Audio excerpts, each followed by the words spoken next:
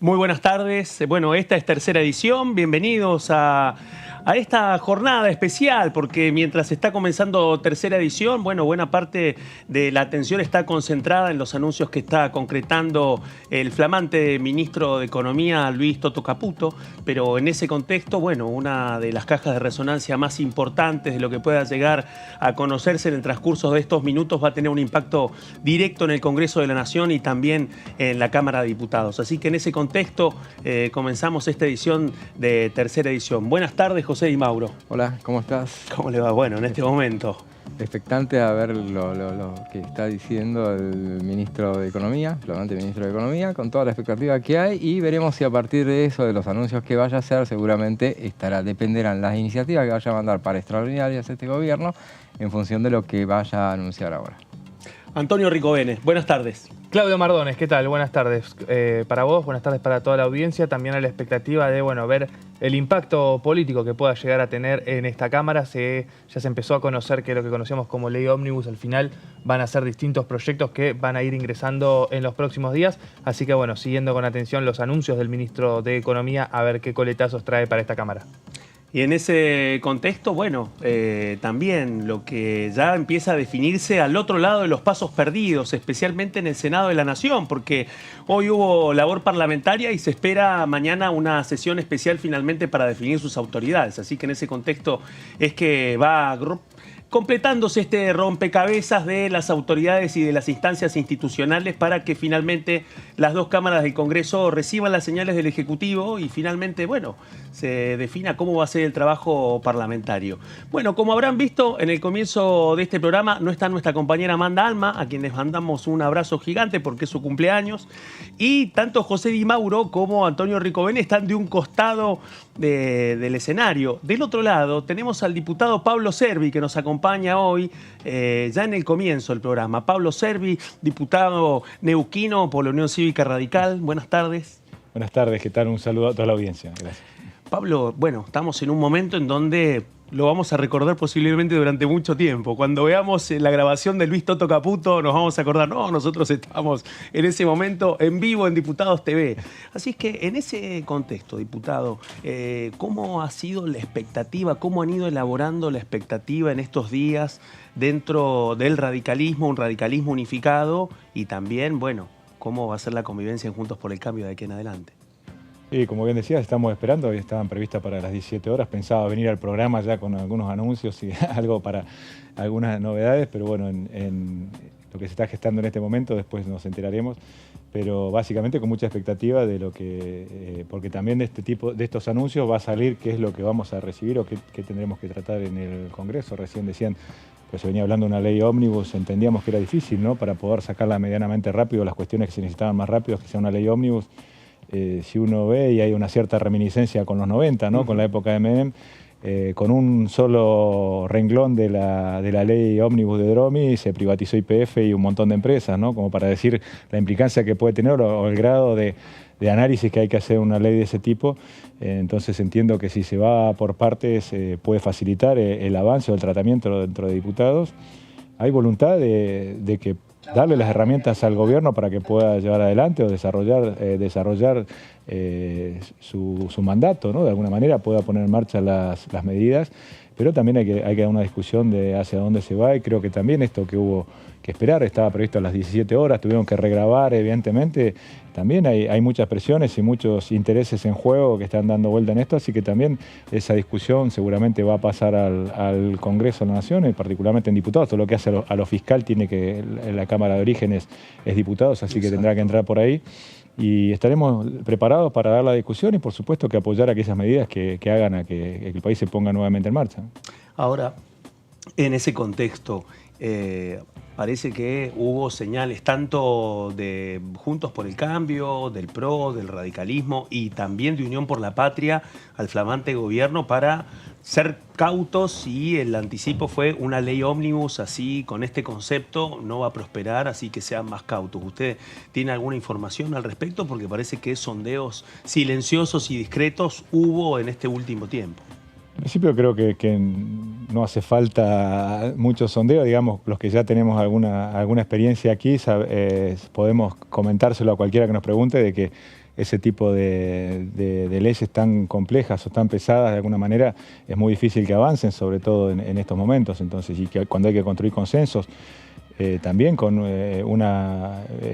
nuevas autoridades, que no, o sea, la Libertad Avanza tiene el 15% solamente de los diputados, tiene la presidencia, pero no sin la experiencia necesaria. Se vio el otro día cuando de alguna manera lo hicieron o plantearon que se hiciera por bloques la composición de las comisiones, lo que lo deja Unión por la Patria a 2 votos en las comisiones importantes de lograr mayoría, ¿no? Entonces que lo pueden llegar a condicionar. Creo que en ese sentido también está la discusión que dar de cómo se integran las comisiones, si es por bloques o por interbloques, que por interbloques es lo que se venía haciendo a partir del 2009 en adelante. Entonces creo que hay cuestiones que hacen a la dinámica parlamentaria que, con la poca experiencia que traen muchos de los que vienen, creo que una ley de ómnibus también sería muy difícil de sacarla. Creo que está bueno darle prioridad, fijar prioridades, cuál es lo que necesitan urgente para sacar adelante. En un momento se hablaba de una necesidad de ley de ministerios, había delegaciones como para que lo pudiera hacer, ya lo había hecho Massa, ahora lo pudo hacer Milei por decreto. Entonces hay ciertas herramientas para poder ir manejándose y creo que es razonable esto, y también ir construyendo la confianza necesaria también entre las fuerzas para poder ir avanzando y dando las discusiones que hacen falta. Yendo puntualmente a la parte legislativa, a propósito de la ley del decreto que fue para hacer la modificación de la ley de ministerios, eso establece que no va a haber una ley de ministerios. O sea, ya se aprueba, eso solamente queda el decreto. No hace falta que manden un proyecto de ley, ¿no? Y ahora tendría que conformarse la comisión bicameral de seguimiento de los DNU y de alguna manera aprobarlo, y habría 10 días para que de alguna manera se lo apruebe o se lo rechace, y a partir de ahí quedaría vigente. Estarían las facultades, porque de hecho la última modificación de ministerios la había hecho también el ministro Massa de alguna manera.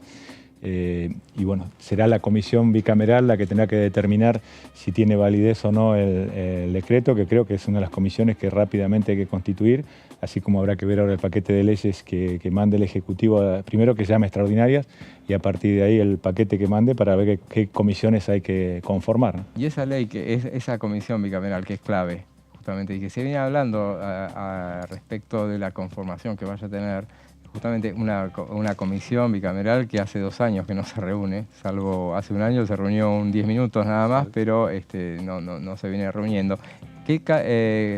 Ya se hicieron los cálculos de qué conformación va a tener, porque a Cambiemos, que también era un gobierno en minoría, se le hizo bastante difícil el tema de negociar quién la presidía. Y es clave eso, porque algunos decían, bueno, va a tener minoría, pero va a tener la presidencia. Y no necesariamente, Cambiemos no la tuvo. Por ejemplo, la tenía 1 año sí, 1 año no. ¿Tienen un paneo de cómo va a ser la conformación? Y eso todavía no está claro. Creo que en estos días, ya mañana, va a haber un poco más de claridad, y en la medida que también se sepa qué comisiones son las que hay que conformar, porque ahí viene también de alguna manera el reparto de comisiones, y hay algunas que son... 105. Algunas que son de gobernabilidad, que también, las que son de gobernabilidad en general las tiene el oficialismo, ¿no? Y las que son de control la tiene la oposición. Entonces ahí es donde habría que ver la composición para justamente generar las herramientas que tiene la democracia de, por un lado, de darle gobernabilidad al oficialismo, pero por otro lado también tener el control. Y ahí también hay una discusión en el caso de las de DNU, en muchos casos son abogados o constitucionalistas quien van, que en realidad lo que se ve en esa comisión no es si es constitucional o no el decreto, sino también una viabilidad política, ¿no? Entonces creo que debería tener un equilibrio también en ese sentido, para dar gobernabilidad, pero también dar equilibrio de alguna manera, y que no se termine gobernando por decreto, como hemos tenido experiencias que en muchos casos no ha sido buena. Entonces, claro, si tenemos el Congreso funcionando y hay voluntad de dar las discusiones, creo que deberían pasar por el Congreso y no tanto por decreto. Yo le quería preguntar, diputado, bueno, por este momento de la UCR, ¿dónde fue hacia la unificación en la Cámara de Diputados? Pero a la vez vemos como ya, después de 8 años, no hay una coalición, una alianza acá en diputados con el PRO, con la coalición cívica. Sí aparecen distintos actores en juego, teniendo en cuenta, bueno, que hay un nuevo oficialismo que no solamente es nuevo, sino que es minoritario. ¿Cómo analiza este contexto y este momento político, teniendo en cuenta estos factores para la UCR y para el bloque también? Creo que vienen discusiones importantes, ¿no? El resultado del 19 de noviembre, previo al que fue ya de las PASO, de las generales, de alguna manera generando un impacto en Juntos por el Cambio y en las alianzas que se venían trabajando, y dentro del partido también, la UCR, hay distintas líneas, distintas ideas de pensamiento, y de alguna manera creo que no fue bueno en el sentido en lo nacional, quizás sí en lograr 5 gobernaciones y intendencias, que es algo, son 2 más de las que teníamos, por ahí suma, pero en general en lo nacional perdimos representación en las 2 cámaras, y de alguna manera la opción que tomamos, primero una gran parte del radicalismo que acompañamos a Horacio Rodríguez Larreta, después con Patricia Bullrich, no llegando al gobierno, creo que fue de alguna manera, es para hacer una revisión, y a partir de ahí creo que también va a haber una rediscusión de las alianzas o de cómo se conformen. En principio quedó planteado el otro día, por lo menos de los legislativos en la Cámara de Diputados, alguna unidad o alianza con el ARI, con el Cambio Federal, por lo menos para la conformación de la Cámara y lo que hace al tratamiento legislativo. ¿Y ve ahí la posibilidad de armar un introbloque? Yo creo que es la discusión que viene en estos días, justamente mañana ya está viniendo el presidente de nuestro bloque, Rodrigo de Loredo, hay conversaciones, hay algunos que manifiestan voluntades, pero creo que es una discusión que hay que dar también dentro del partido. Este viernes tenemos la elección de autoridad, el presidente del Comité Nacional de la Unión Cívica Radical, es una discusión importante también porque plantea de acá, por lo menos los 2 primeros años, pero de acá a 4 años, cuál es el rumbo que va a tomar nuestro partido, y creo que también se va a generar un equilibrio. De alguna manera hoy tomó un protagonismo muy fuerte en el Congreso, sobre todo en diputados, pero por otro lado también tenemos los gobernadores que necesitan su apoyo, necesitan contemplar, con los intendentes también en las distintas localidades, y por otro lado la conducción nacional, que creo que va a ser una discusión importante, pero hoy un poco el eje de lo que hace a la discusión o al poder dentro del radicalismo está repartido, y creo que eso es interesante como para dar una discusión de hacia dónde vamos a futuro. Claro. Servi, ¿y dónde queda Evolución Radical en este contexto, ¿no? Porque si hacemos un viaje a hace 2 años, cuando finalmente se termina de cristalizar esta división entre 2 bloques, este momento se termina, hay un proceso de unidad, pero bueno, los cuadros que han sido de Evolución Radical han tenido un rol importante en distintas elecciones provinciales, como en su caso, como en el caso de La Pampa y como en el caso de Maximiliano Puyaro, ¿no? Que conduce el regreso del radicalismo a la provincia, y estamos hablando de una provincia que tiene una importancia determinante en lo que va a ser la negociación con el gobierno federal. Se lo pregunto en virtud de la discusión que se viene el viernes, ¿no? ¿Qué conducción del radicalismo imagina? Algunos consideran en este mismo escenario, algunos han dicho, bueno, puede haber una mesa en donde se podría establecer una estructura que no sea solamente una sola conducción. Otros arriesgan en Martín Lustó como el presidente del partido. ¿Qué ve usted? En principio, si fuera por los votos, se crea Evolución, una división también entre Morales y Lustó, que hoy están trabajando juntos, así que hoy ya no tiene sentido esa división, independientemente que Evolución como una línea interna va a seguir existiendo, pero no sin la necesidad o sin la manifestación explícita como era en una división de bloque, y de hecho también sumándole a la lista que decía Rodrigo de Loredo con la elección en Córdoba, y hoy encabezando el bloque de la UCR, que yo creo que es más allá de Evolución, ¿no? Porque fue pedido, o sea, fue avalado por los gobernadores, realmente llegó no por Evolución en sí, sino también porque es una figura que se ha construido en una figura nacional y con un peso importante. Así que entiendo que esto también va a colaborar a que, de alguna manera, como decíamos, si el eje se desplaza, no solamente está también en la Cámara de Diputados, están los gobernadores, y la presidencia del partido deja de tener un rol tan protagónico, tendría una división de alguna manera. Creo que pasaría por ese lado. Como te digo, si fuera por los votos solamente, hoy estaría volcado, pero creo que la idea es justamente llegar a un consenso, que no sean ganadores y vencidos, sino que de alguna manera llegar a un acuerdo, porque hoy la realidad es que ha sido un fracaso de alguna manera, sobre todo en la línea, en lo nacional, hacia donde fuimos el partido. Creo que hay discusiones.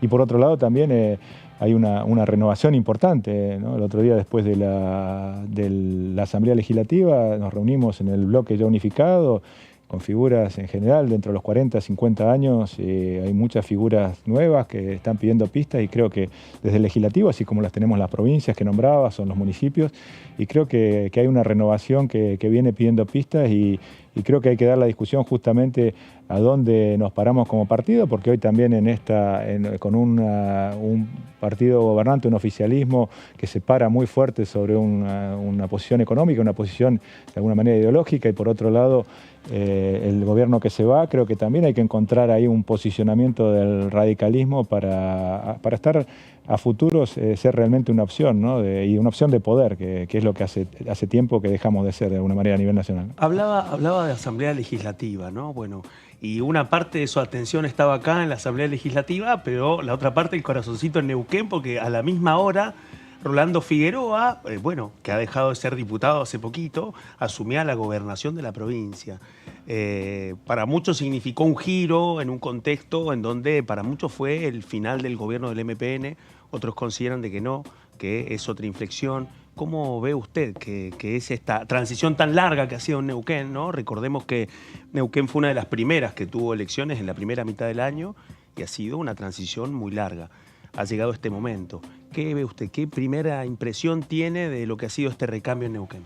En principio, como bien decía, es una transición muy larga, ¿no? Porque son 8 meses desde la elección hasta tomar el poder, y después, ahora en este momento, puedes tomar algunas medidas, pero ya recién en marzo se comienza a aplicar la política. Es casi un año desde que se hace la elección hasta que realmente se puede comenzar de alguna manera a tomar medidas y a gobernar. Pero básicamente lo que se ve hoy, una gran parte de los ministros que están en el gabinete son del MPN, ha quedado una composición importante del MPN, han hecho un arreglo con el bloque del MPN en diputados en la legislatura para tener una mayoría, o sea, lo que terminan teniendo una elección de 60 puntos que hace años no tenía el MPN, ¿no? Y creo que, y lo veníamos diciendo nosotros en la campaña, era una interna de alguna manera que se dio mostrando que era por fuera, porque de hecho Rolando Figueroa hasta el 10 de diciembre o hasta el 7 de diciembre del 2023 fue diputado por el MPN, nunca dejó de ser la banca del MPN. Así que creo que básicamente es cambiar de alguna manera la conducción, pero continúa, hay que ver y poner una ficha de esperanza, y queremos que le vaya bien, pero realmente la situación económica, y cosa que no se dijo en la campaña, no se decía hasta ahora, recién ahora están diciendo que la situación de la provincia de Neuquén, a pesar de tener gran cantidad de recursos, es muy comprometida, con una deuda, es de las mayores deudas per cápita del país y dolarizada, encima con garantías de regalías petrolíferas, o sea que nos puede meter la mano a los neuquinos y cobrarla. Riesgo. Y realmente con una situación, una provincia muy rica que tiene un presupuesto que es 3 veces por habitante lo que recibe Mendoza, por ejemplo, y que realmente se malgasta y no queda para obras de infraestructura que hoy son muy necesarias para el desarrollo, por ejemplo, de Vaca Muerta, para el crecimiento que está teniendo nuestra provincia, donde se radican alrededor de 25 familias por día, ¿no? Atraídas por el desarrollo, sobre todo de los hidrocarburos. 25 por día. 25 familias por día, que hay que darle soluciones habitacionales, hay que dar una serie de servicios, dar educación, y realmente tenemos serios problemas en la provincia de Neuquén y problemas económicos donde no los deberíamos tener. Usted recién mencionaba de cara a las leyes o las leyes que va a mandar este gobierno al Congreso, bueno, se acordaba de la ley Dromi, que justamente en un párrafo alcanzó a para privatizar cosas, por ejemplo, YPF, y justamente otra vez está el tema de la posibilidad de privatizar YPF, que es lo que propone el presidente justamente. ¿Qué postura van a tener ustedes entonces respecto a YPF puntualmente y de otras eventuales privatizaciones? O sea, ¿estarían dispuestos a algunas, les parece que pueden avanzar y otras decididamente no? ¿Cuál es la postura de ustedes? Y yo creo que hay que analizar caso por caso. En el caso específico de YPF es una empresa privada, ¿no? Una sociedad anónima que cotiza en la Bolsa de Nueva York, lo que sí el Estado Nacional tiene el 51% en ese caso. Hay también una deuda pendiente, que es una parte del paquete accionario que tenían que vender de alguna manera a las provincias, que nunca se ejecutó, pero es algo pendiente, un derecho que tienen de alguna manera las provincias, así que también a la hora de dar una discusión sobre esto, las provincias deberían ser parte. Y creo que hay que analizarlo bien, ¿no? Porque muchas veces en esto también hay intereses económicos que juegan, ¿no? A la hora de las elecciones, a la hora de los cambios de gobierno, y que por ahí es apetecible YPF, sobre todo teniendo en cuenta que si medianamente se acomodan las tarifas y los precios de los combustibles, sí, YPF en los próximos 2 años va a dar utilidades alrededor de los 9.000 millones de dólares. Así que ahora, yo pensaría bien si es una empresa que va a funcionar, que está generando desarrollo, si realmente conviene o no privatizarlo. Creo que por lo menos hay que dar una discusión seria sobre este tema. Y Servi, ¿qué lugar cree que va a ocupar este Congreso, esta Cámara, pensando en las necesidades que tiene la provincia de Neuquén? Las necesidades de avanzar en la industrialización de los hidrocarburos, en las extracciones de petróleo. ¿Cómo piensa que puede, o también, lo de la deuda que nos comentaba recién? Digo, ¿veo un margen para que en el Congreso que se viene puedan plantear estas necesidades de las provincias? Como fue en su momento la ley de GNL, por ejemplo.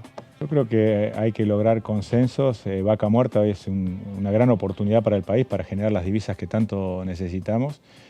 Creo que muchas veces discutimos la ley de GNL, estamos poniendo burbujas sobre actividades que la realidad lo que deberíamos lograr es que generar la competitividad país para que cualquier actividad económica que se quiera desarrollar tenga la previsibilidad, que es lo que se plantea, y ciertas cuestiones que hacen a la competitividad de las actividades.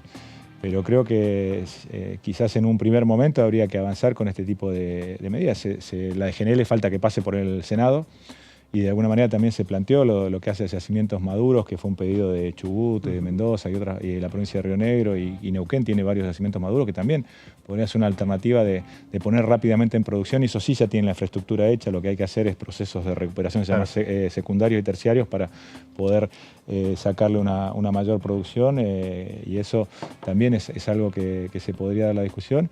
Y después lo que hace es muy sensible los recursos que ingresan a la provincia. Hoy depende casi el 70% de los recursos a partir de los hidrocarburos.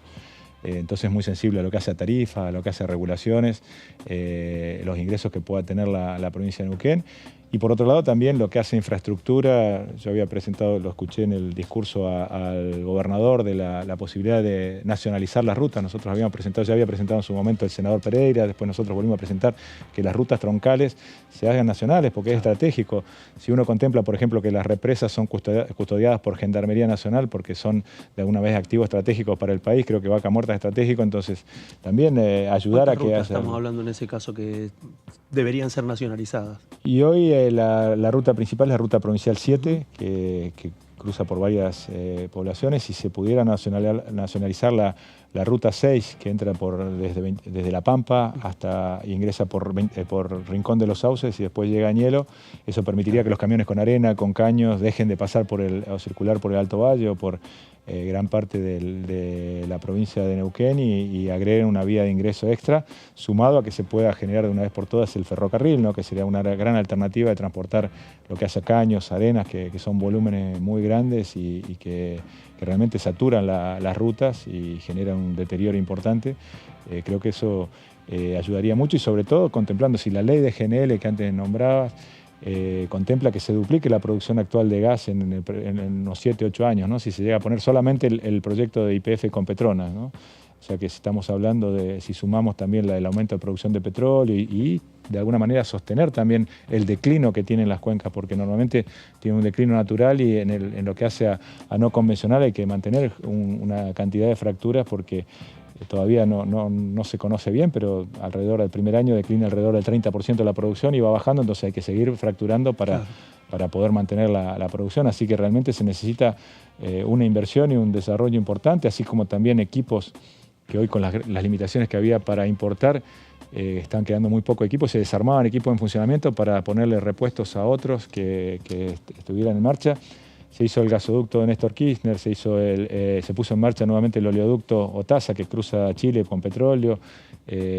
Ahora se está haciendo el oleoducto también que sale por Sierra Grande, que también va a evacuar gran cantidad de la producción, y ahora faltaría de alguna manera abastecerlo eso, ¿no? Claro. Que en un momento la limitante era la capacidad de transporte, hoy la limitante va a pasar por un lado la infraestructura para caminos y viviendas para el personal, pero por otro lado también el equipamiento para llevar adelante estos procesos. Todo un tema, porque si nos guiamos por lo que son los anuncios que está realizando Caputo, bueno, nos encontramos con 2 o 3 variables que van a tener un impacto acá. Uno, dólar oficial a 800 pesos. También el tema de la suspensión de obras de infraestructura. Y ahí le pregunto algo que atraviesa directamente lo legislativo, ¿no? Le comparto 2 trazos nomás de lo que está pasando en tiempo real. Pero Miguel Pichetto llegó a la Cámara, asumió como presidente del bloque Cambio Federal. Bueno, Pichetto considera que El nuevo gobierno tiene que mandar un presupuesto en marzo del año que viene. La frase que le hemos escuchado a Pichetto en otros momentos, que es, bueno, lo que no está en el presupuesto no existe, y que en este contexto no es saludable que en un escenario de reformas tan importantes no haya un presupuesto en el primer año. Bueno, otros dicen no, la verdad no había tiempo, el gobierno entrante tiene diferencias drásticas con el diseño del presupuesto que había dejado el ministro de Economía y ex candidato Sergio Massa, y bueno, queda todo, en términos políticos, queda todo en manos de la lapicera del presidente, del ministro Franco, del ministro Nicolás Posse, el ministro coordinador y de Toto Caputo. ¿Qué cree usted?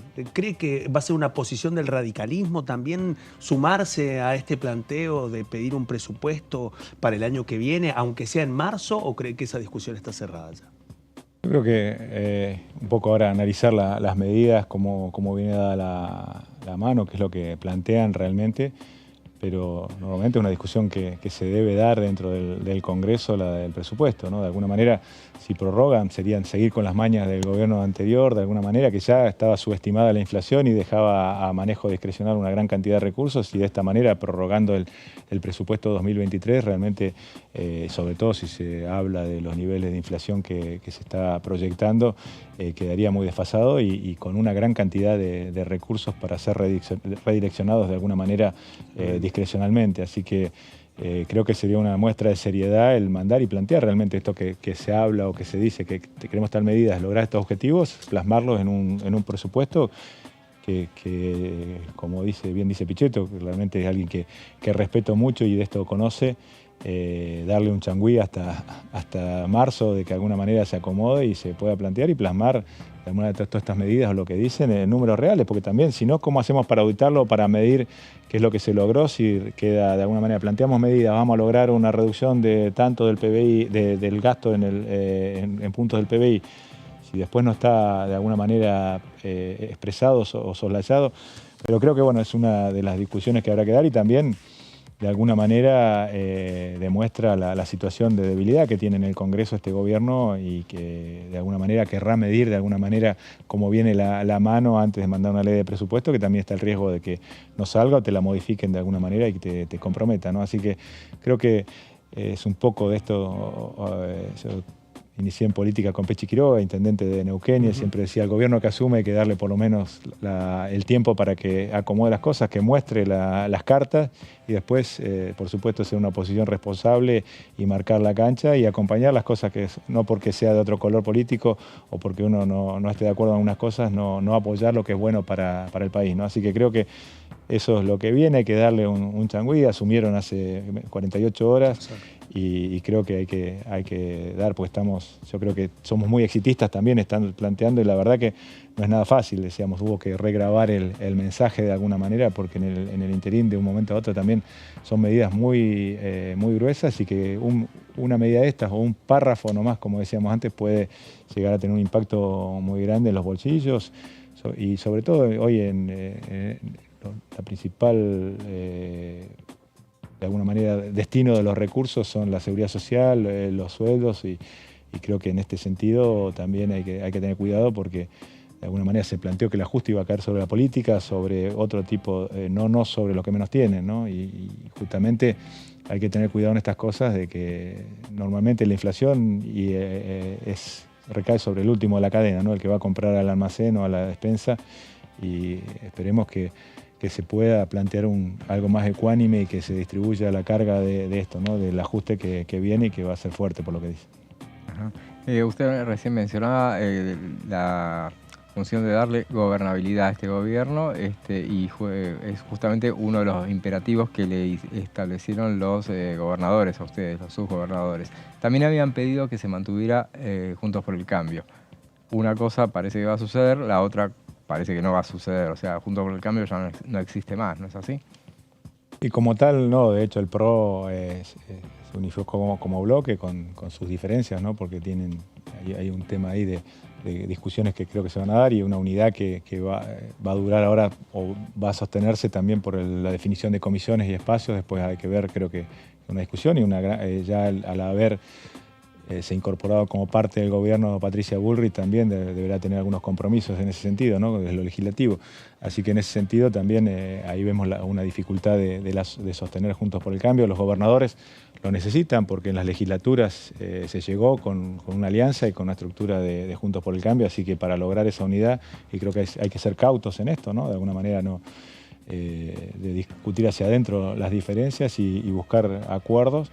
Pero bueno, creo que también los gobernadores y un poco la elección de Loredo y lo que se planteó es que no vamos a hacer lo que digan los gobernadores, vamos a escuchar a los gobernadores, pero también hay muchos que tenemos provincias que no tenemos el gobernador, sí tenemos algunos representantes dentro de la provincia, pero que también necesitamos que de alguna manera dar discusiones para nuestra provincia, aquellos de la provincia de Buenos Aires también, que el gobernador no es del color de lo que es Juntos por el Cambio, o que fue Juntos por el Cambio.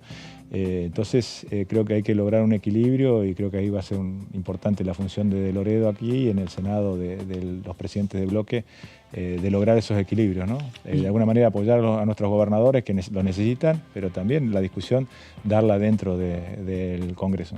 ¿Y cómo se imagina la convivencia con ese bloque que se armó, Cambio Federal, pensando que también tiene relación directa con gobernadores de Juntos por el Cambio, que apuesta también a hacer una representación en la Cámara Baja de las necesidades de los gobernadores, donde está Morchio, Agos Carreño, que si bien son del PRO, también hay distintos diputados que vemos que tienen vasos comunicantes con el radicalismo. ¿Qué impresión le genera y cómo se imagina una convivencia, capaz como una nueva, vamos a decir, faceta de Juntos por el Cambio? Yo creo que, y uno lo ve ideológicamente y en la forma tenemos una afinidad, ¿no? con el bloque que nombrabas, con Pichetto, Monzó y quienes integran el Cambio Federal, Margarita Stolbizer, así como con la coalición cívica ARI, siempre hemos tenido buen diálogo y hemos sido parte de la alianza, así que en ese sentido entiendo que hay una afinidad para tener diálogo, así como con una buena parte del PRO, ¿no? que somos Juntos por el Cambio, de hecho llegamos con el sello Juntos por el Cambio. Claro. Así que creo que se va a dar un diálogo y de alguna manera también hay una voluntad de la UCR, de la coalición cívica y del bloque Cambio Federal de dar gobernabilidad, ¿no? De alguna manera, pero dando las discusiones y poniendo los límites que haya que poner, ¿no? Hay espadas en todos los bloques, creo que tenemos buenas espadas legislativas que con una visión constructiva, pero dar las discusiones que hay que dar y que también de alguna manera no se avasalle las instituciones. El otro día de alguna manera vimos, hubo una discusión a partir de la Asamblea Legislativa, no se habló a los representantes, ahí estaban dos poderes, ¿no? Estaba el Poder Legislativo, por un lado con la Asamblea y la Corte Suprema, ¿no? Entonces, de alguna manera apoyarse en quienes lo votaron es una señal, de alguna manera, como decía, un gobierno que necesita construir legitimidad y construir poder, pero también quizás después cuando no esté tanto ese apoyo, va a necesitar el apoyo legislativo de los otros poderes o de alguna manera el control también. Así que creo que hay que ver el equilibrio y viendo qué pasa, ir midiendo. Y de parte nuestra vamos a estar marcando la cancha en lo que creamos, pero también acompañando lo que haga falta para dar gobernabilidad y entendiendo que si uno ve sobre todo en lo económico, muchas de las cosas que se proponen, las proponíamos nosotros en la plataforma de Juntos por el Cambio, así que tampoco ser necios porque no estamos nosotros en el gobierno, no acompañarlo. Creo que eso sería las discusiones que hay que dar de acá en adelante y bueno, la construcción de confianza y de las mayorías. Me la deja picando, le pregunto sobre el estribo. Bueno, la Mesa Nacional de Juntos por el Cambio en este momento brilla por su ausencia, el radicalismo define conducción este viernes. ¿Cuál va a ser finalmente la conducción de Juntos por el Cambio para el futuro, teniendo en cuenta que, bueno, que el PRO está en esta situación? ¿Cree que la forma de sintetizarlo va a ser la mesa de gobernadores de Juntos por el Cambio como la forma de ordenar la convivencia de la coalición de ahora en adelante? ¿O se van a tomar un tiempo también para definir una nueva mesa? sin el PRO, puede ser. Quizás justamente son las discusiones que hay que dar en el radicalismo. Si hay algo que se hace en estas instancias, a veces desde afuera parece que hay muchas instancias donde hay que pasar por la convención, por el comité. Pero bueno, justamente es de las discusiones que hay que dar y no se le esquivan en el radicalismo, ¿no? Entonces, este viernes creo que parte de eso y seguramente a principios del año que viene habrá una convención donde hay que generar los lineamientos de lo que hace el partido del radicalismo. Entiendo que también con 10 gobernadores de provincias importantes también tienen un peso y ellos tienen una responsabilidad muy fuerte y si uno lo piensa también en términos de futuro, necesitamos que le vaya bien a esos gobernadores, porque si no, a futuro, cuando tengamos que ir a pelear otras provincias, si dicen no les va bien o no gobiernan bien, va a ser muy mala publicidad de alguna manera. Así que, como digo, estamos en momentos y en equilibrios muy difíciles de encontrarle el punto medio, momentos de bisagra en Argentina, ¿no? Estos ajustes que se están planteando, un gobierno que llega planteando que va a hacer ajustes, escapa a la teoría política. Cualquier asesor de imagen en una campaña te dice no digas que vas a hacer ajustes porque vas a perder, y bueno, realmente ganaron las elecciones diciendo que iban a hacer un ajuste, así que creo que tenemos que aprender también. Estamos en un proceso nuevo, la sociedad argentina ha reaccionado y ha mostrado también, ha tomado otro rol protagónico, ¿no? Y de manifestarse por las redes o por distintos medios de lo que quiere, y creo que también vamos a tener que ir acostumbrándonos a de alguna manera una mayor participación de la sociedad en plantearnos cosas, o ante los distintos desafíos también hay que escuchar. Creo que va a haber que tener una escucha continua y hablarle, comunicarle a la población lo que se está haciendo, o por qué sí o por qué no lo que digamos que querramos hacer nosotros, ¿no? Creo que ese es el gran desafío que viene por delante. De alguna manera una mayoría que ha votado por una opción, como decía, entendiendo que hay que hacer un esfuerzo para que estemos mejor. Creo que eso después se tiene que transformar en que si se hace un esfuerzo realmente lo hagan, sea parejo, que de alguna manera los recursos que recauda el Estado se transformen en beneficios para el ciudadano y el esfuerzo realmente se vea que tiene su mejoría a mediano o largo plazo, ¿no? Así que creo que esos son los desafíos y son los cuestionamientos, las preguntas que tenemos todos de qué va a pasar, y creo que en el proceso tenemos que ser responsables y dar todas las discusiones que haga falta, no esquivarle, y como digo, no es que le vamos a decir todo que sí, sino que acompañar lo que creemos que es necesario y dar las discusiones donde creemos que se puede mejorar o se puede hacer de otra forma. Parece que parte de esos interrogantes van a empezar a responderse dentro de poco, apenas conozcamos la convocatoria extraordinaria, si finalmente veamos el contenido del famoso paquete de proyectos que enviaría. Así que bueno, esperamos volver a verlo pronto, diputado. Gracias por estar con nosotros, por esta entrevista, y hasta cualquier momento. Gracias por venir. Bueno, gracias a ustedes por el espacio, y bueno, ya después viendo las medidas y un poco también en cómo reacciona la población, cómo reaccionan los mercados, creo que vamos a tener también un termómetro de cómo está la cosa, y creo que son las cuestiones que hay que ir mirando con detenimiento, y bueno, y a partir de ahí es un día a día esto, ¿no? Paso a paso. Gracias, diputado. Gracias. Bueno, y en el paso a paso también el punto de vista de otros diputados, de otros integrantes de esta Cámara. Recordemos que esta Cámara está estrenando su nueva composición. Fue la jura el 7 de diciembre, todos empoderados ya desde este domingo, 10 de diciembre. Bueno, con Horacio Embón estuvo el diputado Mayorens, y vamos a escuchar qué nos decía. Primero, imagino un parlamento más cerca de la gente. Imagino una política acercándose más a la gente, las necesidades. Creo que la política se había distanciado mucho. Había un discurso ideológico encapsulado en planteos ideológicos que fueron rechazados por la gente en las elecciones. Las últimas elecciones demostraron eso. La gente apostó al sentido común y apostó quizás a soluciones drásticas, a soluciones que son difíciles de tomar, pero que Javier Milei ha tomado la decisión de hacerlo y ha recibido ese respaldo popular. Así que espero un Congreso donde los legisladores tomen en cuenta esa voz del pueblo expresada en las urnas, ese respaldo que recibió el gobierno, y que acompañen más allá de las diferencias ideológicas que pueden tener, porque el Congreso es un lugar donde se juntan las diferencias ideológicas, pero espero que estén a la altura de las circunstancias y de la grave crisis que está pasando la Argentina, y y acompañen las decisiones del gobierno que está tomando y que la sociedad decidió seguir. Yo imagino que todos los bloques van a acompañar con el quórum. Creo que hay una responsabilidad institucional que no depende del partido o del bloque al que se pertenece cada legislador, sino que tiene que ver con la responsabilidad institucional que tienen todos los legisladores, y me parece que van a acompañar con el quórum al menos. Y creo también que la mayoría de los bloques van a acompañar las políticas o los proyectos de ley que trae Javier Milei al Congreso. Por supuesto que la tarea nuestra de La Libertad Avanza va a ser escuchar, dialogar, tratar de explicar y que se entienda el sentido de cada una de las reformas que está planteando Javier y buscar los puntos de consenso, pero que no tergiversen ni modifiquen el sentido ni el camino que se está emprendiendo. Nicolás Fernando Mayoraz, el nombre del diputado de La Libertad Avanza por Santa Fe. Me corrijo brevemente en su presentación.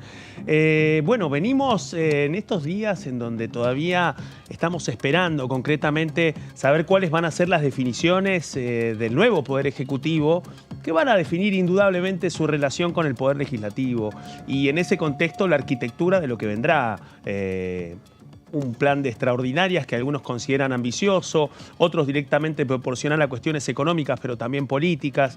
Lo cierto es que este fin de semana se concretó un nuevo traspaso presidencial, un rito constitucional que se concretó especialmente en el recinto de la Cámara de Diputados, el lugar más grande de los dos recintos que tiene el Palacio, el lugar que finalmente fue el escenario de esta Asamblea Legislativa, en donde Javier Milei y Victoria Villarruel recibieron los atributos presidenciales de manos de Alberto Fernández y Cristina Fernández de Kirchner.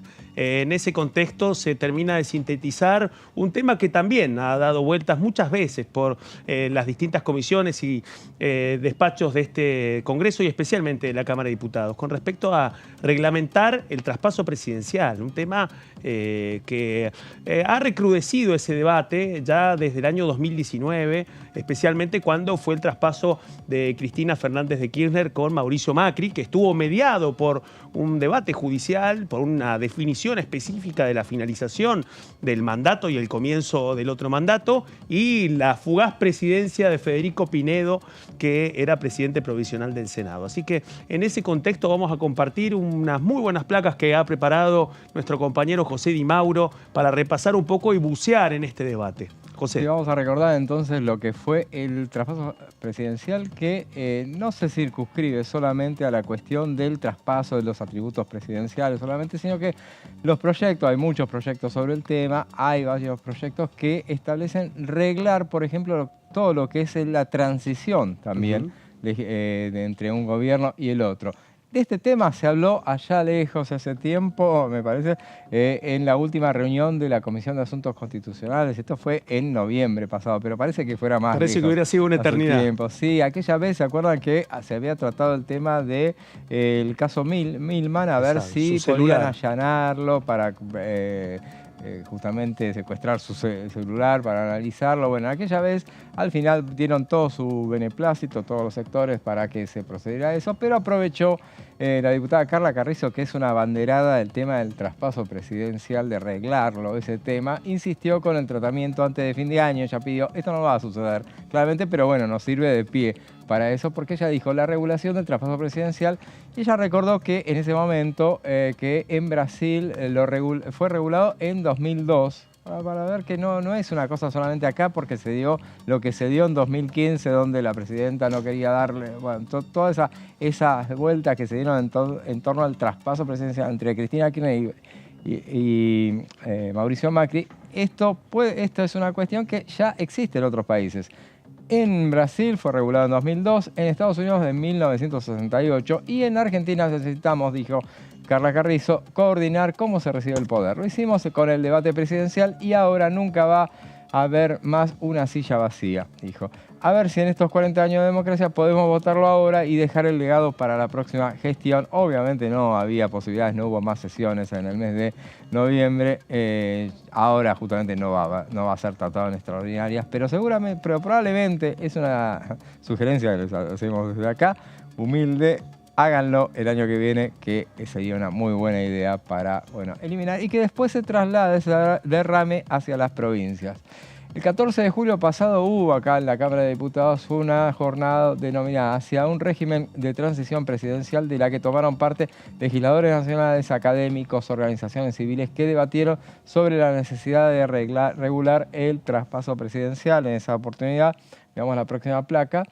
A ver, fue organizada por las diputadas nacionales, justamente Carla Carrizo, que es en ese momento era de Evolución Radical, ahora es de la UCR, que es lo mismo en definitiva. Exactamente. Margarita Stolbizer, Encuentro Federal en ese momento, ahora es Cambio Federal, con el objetivo de analizar diferentes procesos electorales y plantear la necesidad de un marco normativo que regule de manera precisa el proceso de traspaso entre los sucesivos gobiernos democráticos y las pautas de transición de transmisión de los atributos presidenciales. Algunos proyectos, ya decíamos, van más allá de estos, específicamente van también hacia la posibilidad de justamente ver el tema de qué es lo que recibís, cuál es la herencia y dejarlo claro para rendición de cuentas sería. Curarse en salud, justamente. Eso es algo que se hace de todas maneras, pero que sería bueno que se hiciera de manera regulada. Veamos ahora la próxima placa. En las democracias que funcionan bien, las prácticas regulan los comportamientos, eso decía Margarita Stolbizer, y Carla Carrizo, y son prácticas informales. Y la verdad que esas prácticas no hacen falta que estén escritas, porque son usos y costumbres. La idea de Carla Carrizo es tomar insumos de los países que tienen usos y costumbres de los cuales tenemos que aprender, no solamente esos países que tienen regulados una ley. Ya es lo que sostenía la diputada Carla Carrizo. Veamos ahora la próxima placa. El 23 de noviembre, justamente la Cámara de Diputados de 2016, o sea, vamos a ir retroceder en la historia, a ver, vamos a recordar que esto, por ejemplo, esto ya pasó por la Cámara de Diputados. Uno no se acuerda porque al final no llegó al Senado. Y aparte creo, José, que quedó también en el medio de lo que fue el paquete que había enviado el entonces Ministerio del Interior para hacer una reforma electoral mucho más ambiciosa. Corregime, pero creo que además estaba boleta única electrónica y el otro tema que sí quedó, que es el tema de la obligatoriedad del debate presidencial. Se aprobó en esa misma sesión, se aprobó ese tema, que son leyes que, bueno, todo el mundo ahora la reivindica. En ese momento costó muchísimo. Debate presidencial, entre paréntesis, dicho sea de paso, venía del Senado. Por eso pasó en realidad rápidamente, venía del Senado, se aprobó en diputados. En esa vez fue ley en esa misma jornada. Lo aprobó por 138 votos a favor, 49 en contra y 4 abstenciones. Un proyecto que buscaba regular el traspaso de mando destinado a establecer ciertas reglas a cumplir cuando cambia el gobierno. Esa vez el miembro informante, recordamos, fue Pablo Tonelli. El proyecto era de Pablo Tonelli. Después lo recoge. Lo que Carla Carrizo está haciendo es siempre ese proyecto original, le hace alguna modificación, pero lo vuelve a presentar cada vez que pierde estado parlamentario. Ahora veremos el próximo. Bueno, esta norma, estamos hablando de lo que se aprobó en 2016 y que en el Senado ni siquiera lo trataron. Así es. Alcanzó a tratarse en una informativa, me acuerdo que estuvo Adrián Pérez, aquella vez lo presentaron ahí, pero quedó ahí. No prosperó. Se aplicaría no solo a la administración central, sino también a los organismos descentralizados. Proponía la norma establecer las bases para que el traspaso de mando entre las autoridades del Poder Ejecutivo Nacional en funciones y las de un gobierno electo se concretara de un modo eficiente, transparente y ordenado. Esa era un poco la idea. Veamos un poco más de eso, de lo que fue esa ley que tuvo media sanción, por lo menos. Veamos la próxima placa.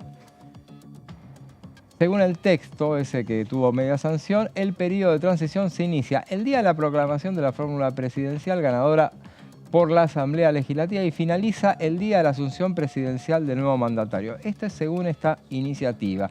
El presidente electo, dice el proyecto, estará en condiciones de asumir el cargo a las 0 horas del día siguiente al de la finalización del mandato del presidente saliente, independientemente del juramento que prestará ante el Congreso Nacional.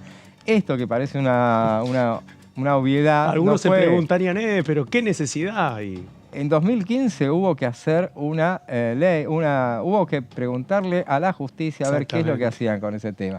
Recordemos, volvemos a retrotraernos en el tiempo, aquellas negociaciones que encabezaban, por un lado, Federico Pinedo, Federico Fernando de Adreix, otros personajes de lo que después sería el gobierno de Cambiemos. Del otro lado estaba Madu Gudú, estaba Oscar Parrilli, estaban otros actores de lo que fue el kirchnerismo y estaban debatiendo ese tema, no se ponían de acuerdo. Hubo un día en el cual le dijeron, miren que nosotros ya hicimos una presentación, le dijeron en esas negociaciones, hubo una presentación ante la justicia para que establezca a ver cuándo vence el mandato. Ellos, según cuenta, eso lo contaba Federico Pinedo, según cuenta, se volvieron locos del otro lado porque dijeron, le tenemos que transmitir eso a la presidenta de la Nación, justamente. Entonces dijeron, no, acá se acabó la negociación, se acabó acá. Claro. Entonces vamos a ver qué resuelven. Justamente entonces dijo, bueno, ahí la jueza Servini determinó que terminaba el mandato a las 12 de la noche del día anterior, que Cristina Kirchner se transformaba en calabaza, recordemos. Entonces ese día dio el acto de despedida, Cristina, y a las 12 de la noche se fue a Santa Cruz, donde iba a asumir como gobernadora su cuñada. Entonces eso fue lo que sucedió en ese momento. Por eso lo quieren establecer en este proyecto. Esa era un poco la idea, porque ahora quedó establecido a partir de lo que dijo la jueza Servini. Esto quieren que sea por ley, una ley que sería esta en particular. A ver, veamos la próxima placa. Se establece que el gabinete saliente deberá entregarle al presidente electo un anteproyecto de memoria de Estado. Esto es lo bueno, que más allá de esa cuestión, por fuera del protocolo. Porque eso fue excepcional lo que sucedió. Ya vemos que en 2019 no pasó, en este año tampoco pasó, y estaba Cristina también, así que no hubo ningún problema. Pero esto sería interesante para los efectos de curarse en salud, en cuanto a que haya una memoria de Estado con determinados requisitos mínimos, como la nómina de autoridades y personal de cada ministerio, las contrataciones, la situación de los procesos judiciales, que haya y un inventario de bienes. Esto lo establecía justamente el proyecto que, bueno, es de Carla Carrizo ahora, pero lo que se había aprobado en su momento. Luego, la nueva administración deberá elaborar un informe final de transición que deberá ser remitido al Congreso Nacional y publicado en Internet dentro de los 6 meses de la asunción del nuevo gobierno. O sea que no establece que todo esto tenga que ser antes del 10 de diciembre, no. Se establecen reglas que después se pueden prorrogar a lo largo del tiempo. Veamos entonces la próxima placa. El proyecto aprobado fue representado el 24 de mayo justamente de este año por la diputada Carrizo, es lo que decíamos, y recuerda que desde 1983 en la Argentina hubieron 7 traspasos a gobiernos entrantes, ahora fueron 8, electos popular y democráticamente. La regla no escrita de la entrega de mando sin regulaciones sobre de qué manera se inicia el proceso de transición y qué contenido debiera tener funcionó hasta 2015. A 2015 pasó lo que pasó. Ya pasaron 2 transiciones que no pasó nada, pero nada evita que pueda queda fresco el recuerdo, además, entonces, hagámoslo. Bueno, en la entrega de poder, acá recordamos lo que fue la entrega del poder de Cristina Kirchner a Mauricio Macri. Se sucedieron diversos acontecimientos que hicieron luz sobre la fragilidad del contexto normativo que regula la transición y el traspaso presidencial. Recordemos aparte que para este domingo justamente se daba vuelta sobre el tema de quién le va a tomar juramento, a quién no. Exacto. Esto quieren regularlo, me parece que no hace falta eso, que se establezca en última instancia que usos y costumbres que le pongan un poco de raciocinio a este tema. No hace falta que regulen todo, pero bueno, en este caso, cuando estaba esto fresco de lo que había sucedido, se estableció esta norma. Veamos la próxima placa. El proyecto establece que el proyecto de Carla Carrizo, que los informes de gestión especificarán, y esto es lo que me parece que la parte sustancial: nómina de empleados permanentes, transitorios y contrataciones de terceros, funciones y responsabilidad de remuneraciones, estructura, organigrama, misión, funciones y programas de cada una de las unidades administrativas del Estado Nacional, situación financiera de cada unidad administrativa de las empresas del Estado con participación estatal mayoritaria, incluyendo en caso que competa. Estas cosas son muy bienvenidas. Ese también establece que haya el tema de préstamos financieros en gestión, solicitados, otorgados, pendientes de aprobación, endeudamiento total, que haya, porque a veces uno se queda con, bueno, el traspaso del poder de Mauricio Macri, bueno, la deuda que había tomado el FMI. Bueno, no, pero hay otros endeudamientos que se hacen y que valen conocerlos por parte de las autoridades que llegan, no necesariamente que esté bien o mal, pero que tiene que conocerlo. El tema de deuda con los proveedores del Estado, licitaciones en proceso de adjudicación, estado de concesión, este es rarísimo, no lo voy a leer todo, pero es un montón de elementos que pueden echarle luz, que no necesariamente sea que estén bien o que en última instancia, si no están tan bien, que digamos, que sirvan en todo caso para que para que uno se cuide cuando está por dejar el poder para, a ver, bueno, esto se lo tengo que dejar al que viene y después puede proceder en consecuencia, por ejemplo, haciendo una denuncia. Esto lo dijimos entonces, vamos a la próxima placa.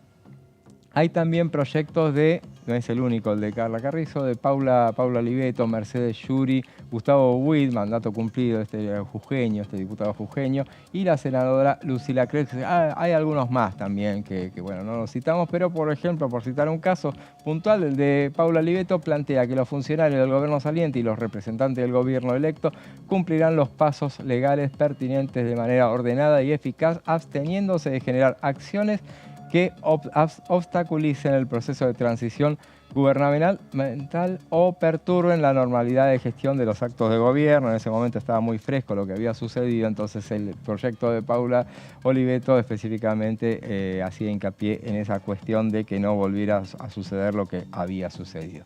No sé si hay alguna placa más. También establece la creación de un equipo de transición republicana que conformará el jefe de gabinete con él mismo, el síndico general de la Nación, un grupo de representantes del gobierno saliente y otro del gobierno entrante. Eso todos los proyectos que andan dando vuelta y que avanzan sobre el tema de la transición republicana, como dice acá el proyecto de Carla Carrizo, pero de Oliveto, todos en general establecen normas y siempre arman equipos que se encuentren, siempre está el jefe de gabinete, el que coordina todo, y bueno, en esa última instancia, bueno, por eso sería bueno que el próximo año, que no es electoral, analizaran la posibilidad de avanzar con este tema. Una semblanza muy clara de lo que planteaba Carrizo. ¿Querés que escuchemos lo que decía Carrizo en esa reunión de la Comisión de Asuntos Constitucionales? Bueno, recordemos un poco cuál fue el planteo de la diputada Carrizo en la última reunión de la Comisión de Asuntos Constitucionales de la Cámara de Diputados. Hemos presentado una solicitud de 109 con la diputada Margarita Stolbizer para ver si podemos antes de fin de año, ya que hemos ampliado el tratamiento de las sesiones ordinarias, el traspaso presidencial, si podemos regularlo. Brasil lo hizo en el 2002, las democracias federales en particular, Estados Unidos en 1968. Necesitamos coordinar cómo se entregue, cómo se recibe el poder aún cuando haya cambio dentro del mismo partido o entre partidos. No es algo que se tiene que suponer porque se hace mal en la Argentina, lo hicimos con debate presidencial, fue un enfoque interpartidario y hoy nadie tiene la silla vacía, es un derecho que ganan los ciudadanos. A ver si en estos 40 años de democracia podemos dejarlo el legado para votarlo ahora y simplemente en la próxima gestión. Así hicimos en debate, así hicimos en paridad. Creo que a 40 años de democracia nos debemos el modo en que se entregue, se recibe el poder en las democracias, en las sucesiones presidenciales de Argentina. Ojalá que podamos hacerlo así y si no vamos a pedir emplazamiento a la próxima sesión. Gracias. Un emplazamiento que, bueno, como nos decía José, no se concretó, pero que también muestra el interés de la diputada Carrizo por poner este tema sobre la mesa en una etapa que ha concluido que tiene que ver con varios emplazamientos que ha intentado la oposición durante estos años. Así que, bueno, un resumen que nos invita a pensar sin perder vigencia de la importancia de este debate tan importante. No solamente por el tema de los usos y costumbres, sino por la reglamentación de un equipo de transición que, como dice José, precisamente le permita a la administración saliente curarse en salud, ¿no? Así que muchas gracias, José, por el informe y por habernos acompañado en esta primera hora de tercera edición. Los dejo ahora con el análisis de lo que fueron los anuncios de las medidas y yo me voy a informar a ver qué fue. Totalmente. Muchísimas gracias. Bueno, y ahora vamos a la tanda y luego volvemos y repasamos un poco las medidas que ha anunciado el ministro Luis Toto Caputo hace instantes y que van a ser parte de nuestra segunda hora de tercera edición.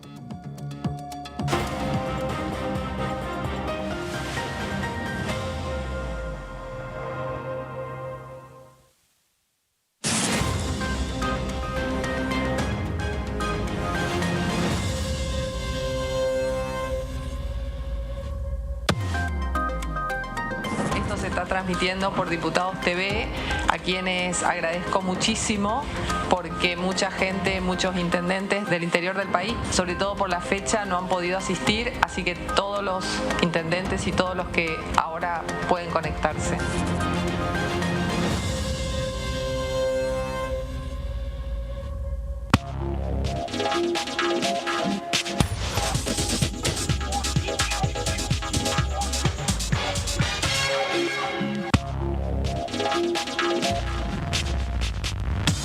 DTV es información, diálogo, análisis. DTV es federalismo, pluralidad de voces, libertad de expresión. DTV es todo lo que un país en democracia tiene que ser. DTV es tu voz en el Congreso. Este 2023 seguí eligiéndonos. DTV, el periodismo en el Congreso.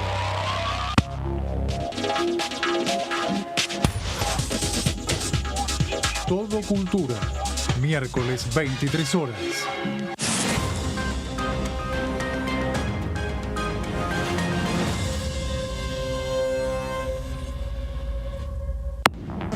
Hola, hola, ¿cómo les va? Muy bienvenidos a una nueva edición de Coagenda. El abordaje de la problemática de los efectos del cambio climático sobre los ecosistemas costeros es, como vos dijiste, un área de estudio interdisciplinar. O sea, nosotros estudiamos el ambiente, el ecosistema desde el punto de vista biológico, físico, químico, pero como sabés, los ecosistemas costeros son los sitios en donde habita un enorme porcentaje de la población. Vos recién mencionabas esto de los tips y tal vez el contenido de mi cuenta, que en un principio que arrancó en el 2019 y hasta ahora siempre estuvo bastante vinculado con el cambio de hábitos, lo que podemos hacer desde nuestro lugar, lo que hablábamos recién, bueno, o la vez pasada sobre la industria de la moda. Y este año, yo creo que ya desde el año pasado estoy teniendo una tendencia a empezar a abordar un poco más los temas macro, pero este año es como que la coyuntura se impuso y fue, no puedo hablar de nada que no sea esto. Ecoagenda, jueves 23 horas.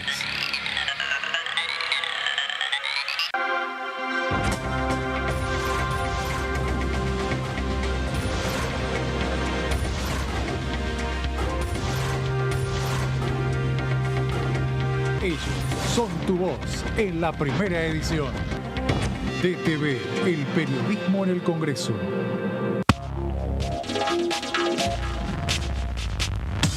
DTV es información, es diálogo y es análisis. DTV es pluralidad de voces, es libertad de expresión. DTV es federalismo. DTV es todo lo que un país en democracia tiene que ser. DTV es tu voz en el Congreso. Este 2023 seguí eligiéndonos. DTV, el periodismo en el Congreso.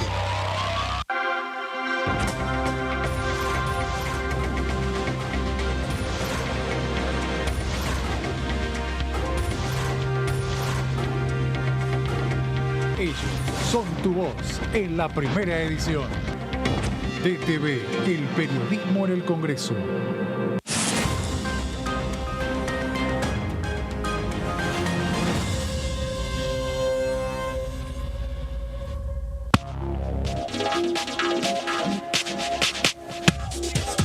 DTV es información, diálogo, análisis. DTV es federalismo, libertad de expresión, pluralidad de voces. DTV es todo lo que en democracia un país debe ser. DTV es tu voz en el Congreso. Este 2023 seguí eligiéndonos. DTV, el periodismo en el Congreso.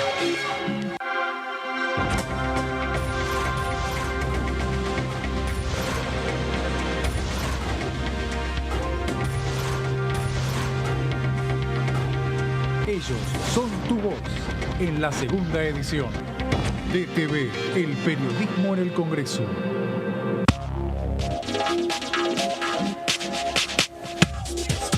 DTV es información, diálogo, análisis. DTV es federalismo, pluralidad de voces, libertad de expresión. DTV es todo lo que un país en democracia tiene que ser. DTV es tu voz en el Congreso.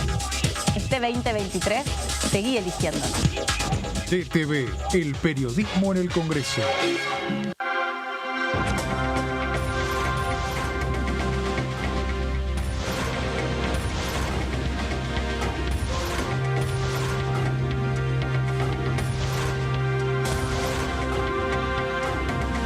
Ellos son tu voz en la segunda edición.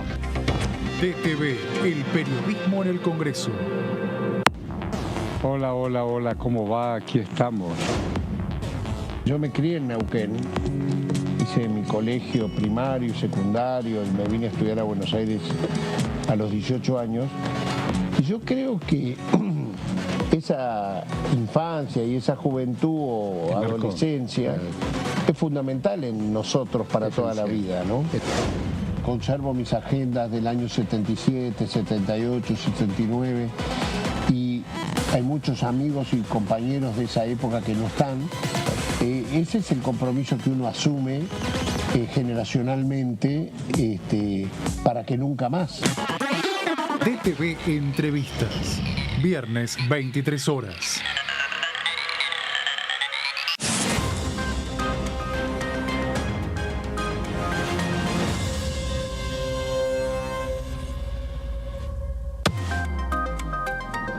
Que nada, un agradecimiento muy especial para ustedes. Muchas gracias por permitirme estar acá en este programa que para nosotros, para los que siguen día tras día la actividad legislativa, sirve de gran utilidad, de información y también para mantener informado a nuestra gente, ¿no? Que se cumple el derecho republicano de informar y de mantener informado a todos.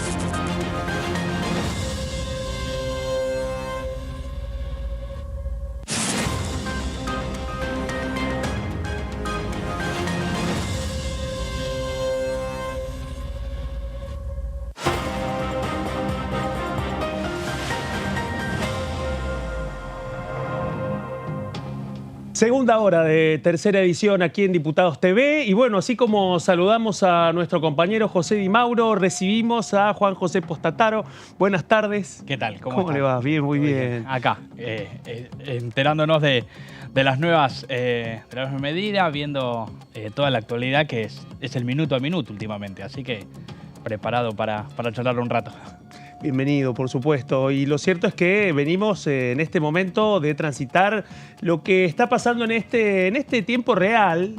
Mientras transmitimos esta tercera edición, la agenda informativa está hegemonizada por los anuncios que realizó hace aproximadamente 30 minutos el flamante ministro de Economía, Luis Toto Caputo. Indudablemente la pieza que se esperaba luego de lo que ha sido la agenda posterior al recambio presidencial, la Asamblea Legislativa, la jura de ministros y el estreno del nuevo gabinete, en un contexto en donde se conocieron primero los primeros 13 decretos que firmó el flamante presidente Javier Milei, ese cambio veloz en uno de los decretos que limitaba la posibilidad de designar a familiares de segundo orden de parentesco, lo que permitió que Karina Milei jure como secretaria general de la presidencia, y bueno, la pieza más importante, la definición del funcionamiento del equipo económico y finalmente, otro dato muy importante, la omnipresencia de Nicolás Pose, el nuevo jefe de gabinete, una figura que va sumando cada vez más relevancia, más importancia, pero indudablemente en este caso nada pone en un segundo plano los anuncios que ha hecho el ministro Caputo hace instantes. Así que obviamente la idea es poder repasar informativamente cuáles han sido los principales puntos de estas medidas antes de volver a sumergirnos en la dinámica parlamentaria y legislativa. Antonio, contanos un poco, ¿cuáles fueron los puntos salientes de este anuncio del ministro Caputo? Así es, Claudio, fue un video que duró 17 minutos que se colgó en redes sociales donde El ministro de Economía, Luis Caputo, detalló los pasos a seguir y cuáles van a ser las próximas medidas que se van a anunciar de este gobierno. Bueno, particularmente lo que se destaca es el precio del dólar oficial, que pasa a valer 800 pesos. Recordemos que hoy está en 400 pesos, es decir, un aumento del 100% del valor, y eso se va a llevar directamente a todos los otros tipos de dólares paralelos oficiales, como puede ser el caso de lo que es el dólar bolsa, el dólar contado con liquidación, el dólar turista y demás, en base a eso que se refiere. Por otro lado, también, sin dar demasiados detalles, informó que van a avanzar en la reducción de subsidios a la energía y al transporte, yendo en base a lo que se venía comentando en los últimos días y lo que venía insistiendo el sector económico, que era necesario para ajustar el déficit fiscal.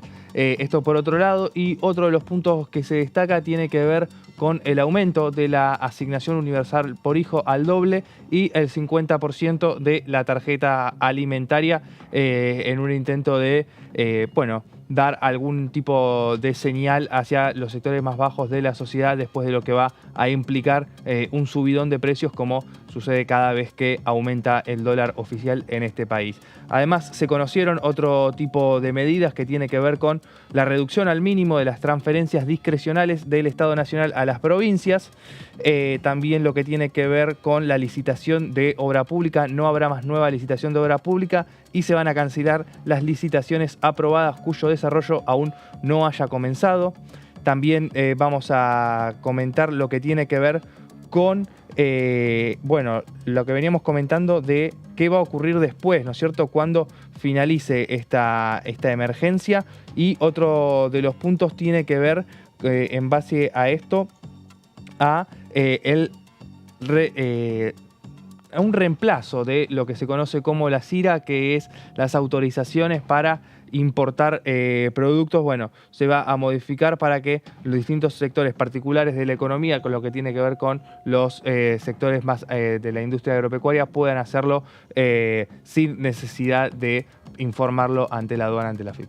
Bueno, una arquitectura inicial de las primeras medidas económicas de la administración del presidente Milei, en un contexto en donde esto implica una devaluación cercana del 110%, por ende nos encontramos el primer aspecto, el lanzamiento de algunos paliativos de lo que va a ser la otra dinámica todavía que no conocemos y cuál va a ser la respuesta. Por una parte, de los mercados mañana, luego de este mensaje grabado y regrabado y de este nuevo mecanismo de comunicación que ha utilizado la administración entrante del Poder Ejecutivo, bueno, viene esta gran pregunta: ¿cómo van a reaccionar los mercados mañana?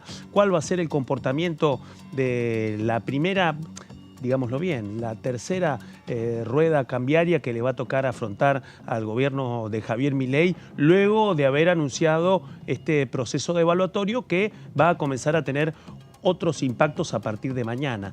La otra cuestión tiene que ver con los impactos políticos, ¿no, Juan José? Creo yo que ahí también se abre otro capítulo que también impacta directamente sobre el Congreso. ¿Cómo lo ves? Exactamente, hay que ver las primeras repercusiones que esto pueda llegar a tener. Se buscó, como comunicacional, estratégico, esperar a ciertos horarios para que los mercados estén cerrados y darle más tiempo, como se dice, como para pensar y digerir las medidas.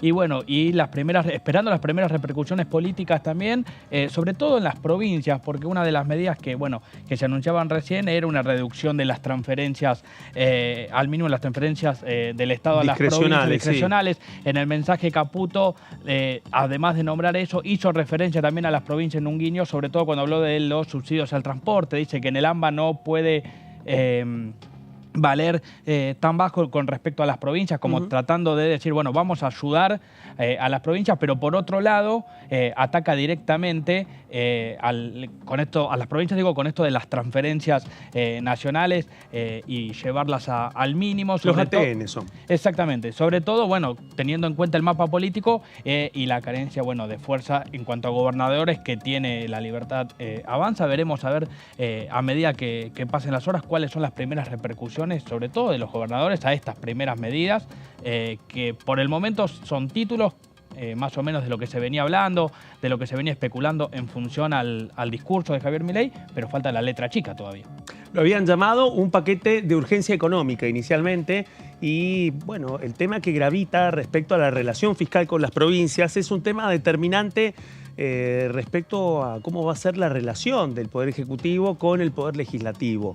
Un tema importante también y que tiene que ver con lo no dicho. El ministro de Economía no planteó finalmente que tienen en el horizonte, o al menos por ahora, la iniciativa de mandar un nuevo presupuesto, ¿no? Acá hay un tema, lo decía recién, lo hablamos con el diputado Pablo Servi, a partir de una de las declaraciones que hizo el flamante diputado Miguel Pichetto, ex senador de la Nación, ex candidato a vicepresidente de Mauricio Macri, una figura que ahora es presidente del Bloque de Cambio Federal y que en ese contexto, había reclamado, sería bueno que en este contexto, con la drasticidad de los ajustes que está preparando, con el reordenamiento fiscal que está diseñando, sería muy bueno que enviara un proyecto de presupuesto 2024, así fuera en marzo del año que viene. Lo cierto es que eso no ha aparecido, al menos por ahora, quizás sea también parte de las ventanas de negociación que se van a abrir. Entiendo yo, corríjanme ustedes, colegas, pero creo que uno de los temas más importantes tiene que ver con la relación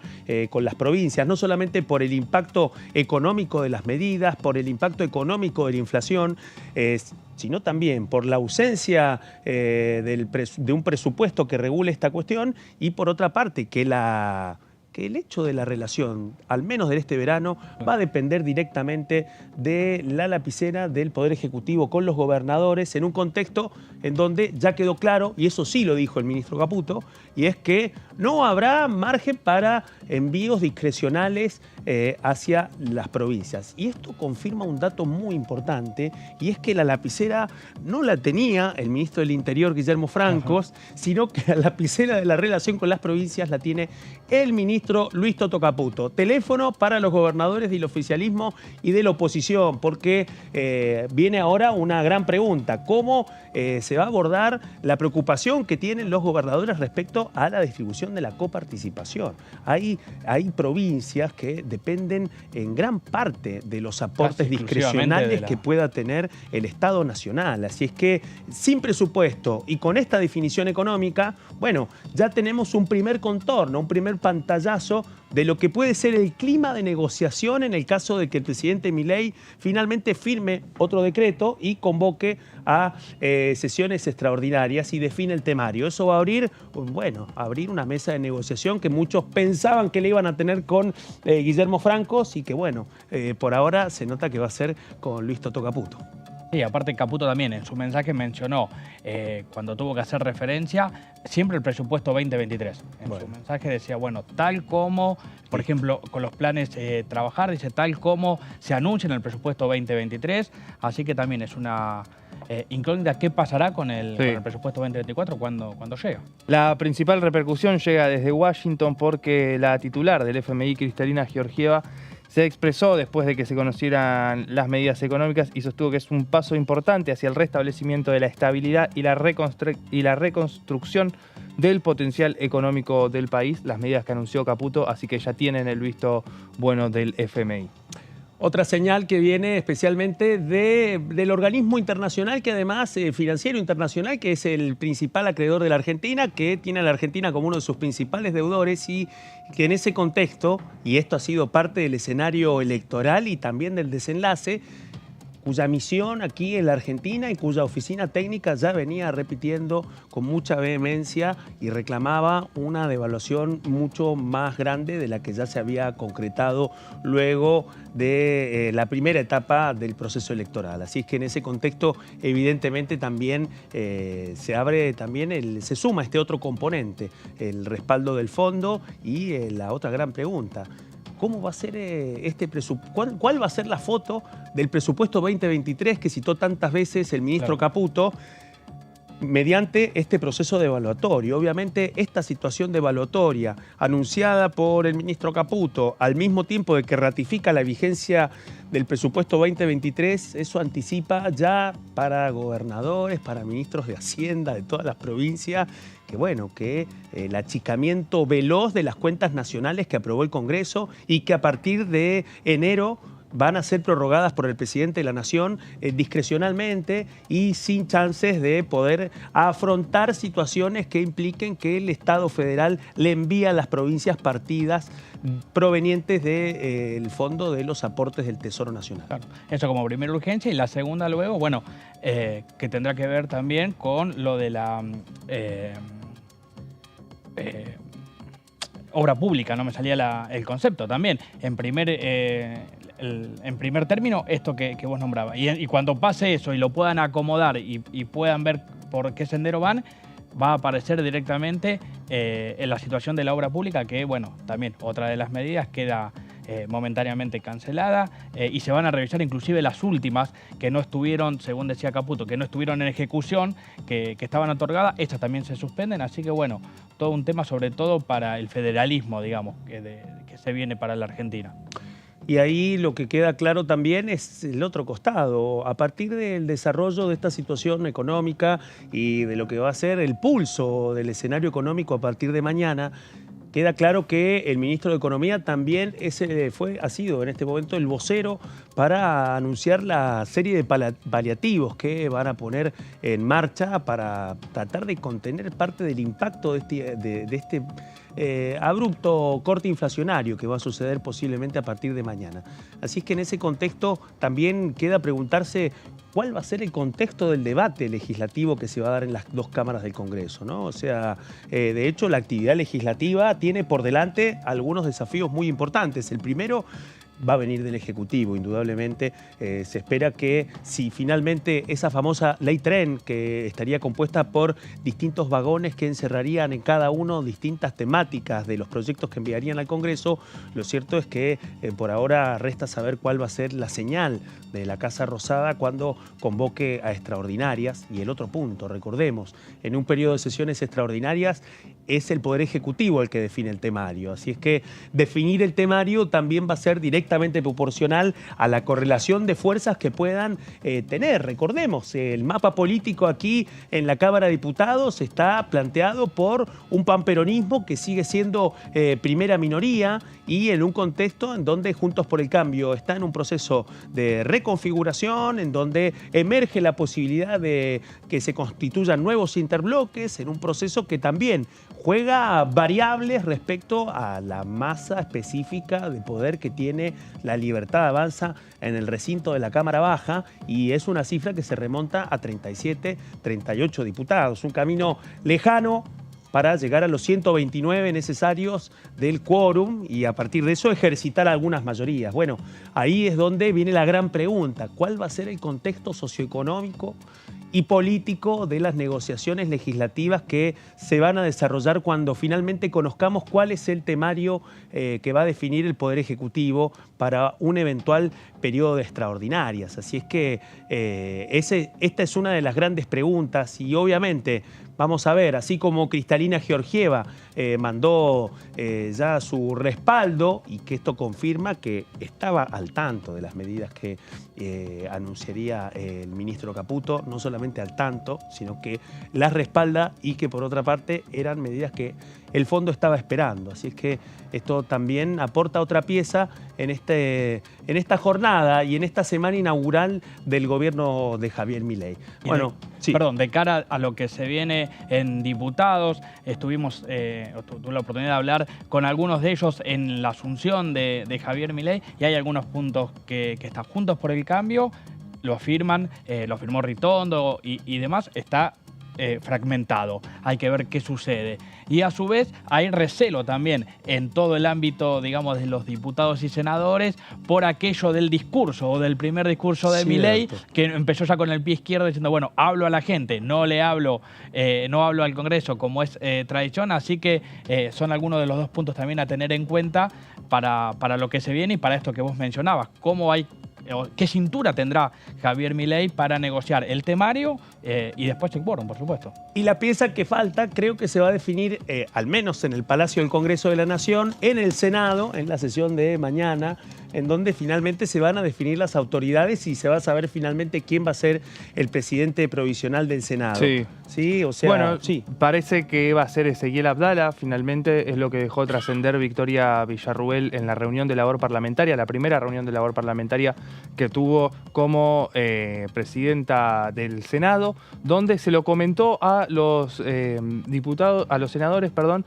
del radicalismo y del peronismo, por lo menos fue lo que pude reconstruir de esa reunión, y atención ahí a cómo quedan las relaciones, no solamente hacia adentro del peronismo, pero también hacia adentro de la Libertad Avanza. ¿Por qué dice usted? Se venía fomentando el nombre, incluso fue anunciado por la oficina del presidente electo en su momento. Don Francisco Paltroni. Así es. Un hombre que es de Formosa, ¿no es cierto? La misma provincia del jefe del bloque oficialista, que tiene la primera minoría, con quien debe negociar indeclinablemente el gobierno para avanzar con las reformas que quiere en el Congreso. Así que corrido Paltroni, bueno, se encamina a estas definiciones donde vamos a ver mañana una nueva mayoría, que por lo menos se armó para mañana, de 39 senadores que implican todos los senadores, salvo los del peronismo, que acordaron armar un grupo político para repartirse entre ellos las comisiones y dejar en minoría al peronismo. Bueno, hay primeros movimientos concretos y definitivos de la pieza que falta, las autoridades de la Cámara Alta, ¿no? Y en un contexto en donde emerge un nuevo número, especialmente a partir de otro dato contextual que no podemos dejar de mencionar. En el Senado, en la Cámara de las Provincias, la Libertad Avanza tiene 7 senadores, un camino extensísimo para llegar a los 72 y también muy lejos para poder llegar al número mágico en la Cámara Alta, 37, el número del quórum. Ahí es donde Antonio nos aporta un dato muy importante. Hay quórum ya para mañana, está garantizado. Finalmente, el nuevo oficialismo está haciendo ya sus primeros ejercicios de poroteo para poder definir cómo va a ser ese funcionamiento. Y ese es el sustrato inicial para las negociaciones que se vienen. Sustrato que obviamente no solamente depende de los gestos, sino también indudablemente del contenido, cosa que todavía no sabemos, y es la gran intriga que tienen diputados, diputadas, senadores y senadoras de la Nación. Están esperando saber concretamente cuál va a ser el contenido de la serie de proyectos que el Ejecutivo podría enviar y que sería también la otra pieza luego del anuncio que concretó hace una hora el ministro de Economía, Luis Toto Caputo. Pero cerramos este momento para repasar la actualidad urgente informativa y vamos al móvil, porque vamos a escuchar a Lourdes. Adelante. ¿Cómo estamos, compañeros? Bueno, saludar por supuesto a vos, Claudia, a todos los chicos que están ahí en el piso y a la audiencia que nos sigue a través de Diputados Televisión. Bueno, hablemos un poco de algunos proyectos también que han tenido lugar. Hoy recapitulamos con la productora, bueno, estos únicos 2 proyectos ambientales, como siempre, que seguimos haciendo foco en materia ambiental, que tuvieron en este caso la sanción en diputados, que estamos hablando del proyecto de Aguilar Pía, declararla como monumento histórico. Esto fue en la segunda sesión de este año, mientras que en la primera se dio la declaración como, en este caso también, Parque Nacional y reserva natural a lo que tiene que ver con el Parque Nacional Laguna El Palmar, en Chaco. Bueno, todo esto, por supuesto, fue mucho trabajo por parte de la Comisión de Recursos Naturales y Conservación del Ambiente Humano, que era presidida por el diputado Leonardo Grosso. Por supuesto, ahora se va a ver cuál va a ser la actividad de esta comisión, pensando en el año que viene, pensando en algunas políticas que quedaron, y algunos proyectos que quedaron en el tintero, pero haciendo un repaso de una ley también, un proyecto de ley muy importante, es el de electromovilidad, porque en Ecoagenda estuvimos con invitados, en este caso el CEO de SRL, en este caso que habla de electromovilidad, es una empresa de electromovilidad de autos eléctricos, SRL Hermanos, donde, bueno, es un grupo familiar que se ha dedicado a la fabricación en Argentina de estos autos eléctricos políticos hablando sobre este cambio, esta transición a energías limpias, y cuando hablamos de esto también es por supuesto el mejorar todo lo que tiene que ver con la deficiencia del transporte público a la hora de pensar en la contaminación, ¿no? Recién estaban hablando un poco del tema del subsidio al transporte y todo eso, pero eso seguramente es otro tema que va a quedar si hoy la prioridad es ver qué va a pasar con los subsidios del transporte, bueno, imagínense cuando hablamos del impacto que puede llegar a tener el transporte público. Quizás sea hora de, bueno, agarrar la bicicleta, ¿por qué no? Agarrar quizás otros medios de comunicación, otros medios de transporte que, bueno, nos queden quizás más a la mano a la hora de pensar en el bajo impacto que tenemos con el medio ambiente. Pero puntualmente tenemos la palabra Alejandro Bustamante, que les contaba, es uno de los fundadores de esta empresa que se dedica a la fabricación de autos eléctricos. También un poco cuáles son los precios, cuáles son los costos, cómo se da el proceso de creación de cada una de las partes para poder llegar a un auto eléctrico y muchos otros puntos. Bueno, ahí nos cuenta, tenemos un tape muy importante, así que si les parece lo compartimos. Los desafíos importantes, en principio, son votar leyes de incentivos para los usuarios y también en esas leyes tener beneficios para los fabricantes. Yo creo que eso es algo muy importante, porque eso va a hacer que se produzca, va a hacer que se pueda comprar, por ejemplo, a los fabricantes en impuestos, en determinados beneficios en cargas sociales de los empleados, después al usuario o al futuro usuario que no pague patente, que de hecho eso ya es una ley nacional en los eléctricos, después tener estacionamientos gratuitos por determinado tiempo, tener una bonificación por comprar un auto eléctrico como es en Europa. Creo que ese tipo de acciones e incentivos, esos van a promocionar y van a empezar digamos, a la gente, a tentar a la gente, ¿no es cierto? Tal cual. Argentina está en el foco de entidades europeas, en este caso, con respecto a la transición. Digo, ¿estamos ahí dentro del mapa? Estamos dentro del mapa, ellos están ayudando muchísimo porque hay muchas empresas y muchas instituciones que están invirtiendo en la Argentina para que se promueva la electromovilidad, no solo en Argentina, sino en Latinoamérica. Nosotros estamos en algunos proyectos con algunas empresas de correo, donde las inversiones son de este tipo de empresas y están incentivando principalmente lo que es la última milla, el reparto en última milla en ciudad.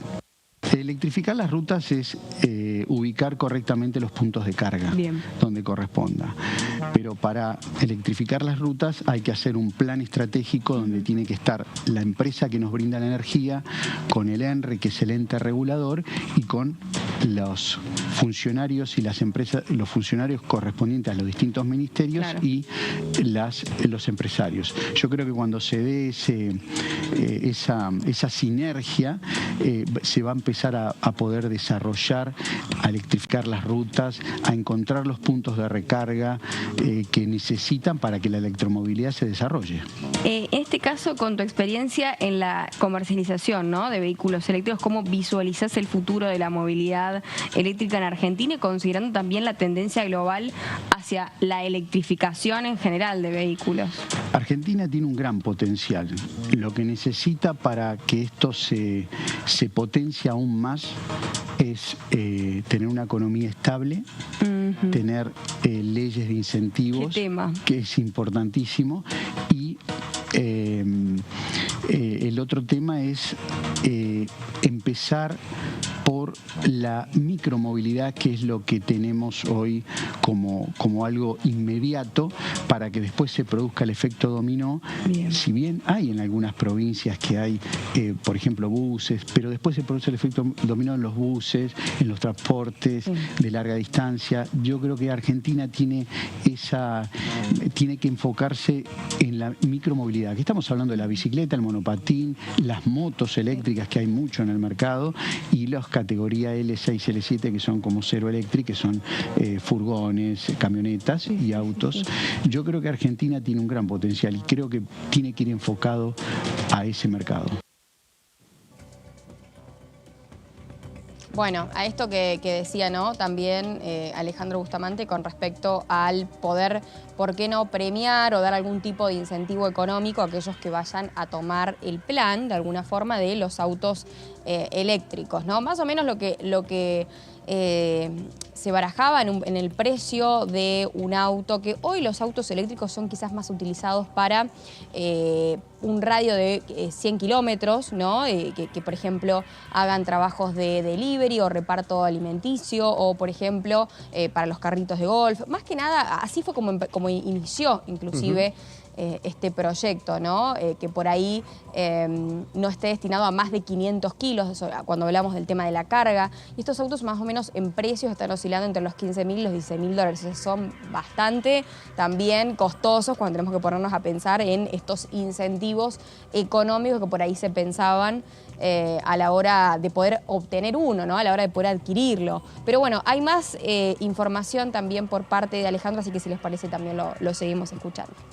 La micromovilidad yo creo que tuvo un éxito fantástico. Sí. No nos olvidemos que en Capital Federal los monopatines, las bicicletas están funcionando. Creo que Argentina, es decir, Argentina, en lo que es el reparto de la última milla,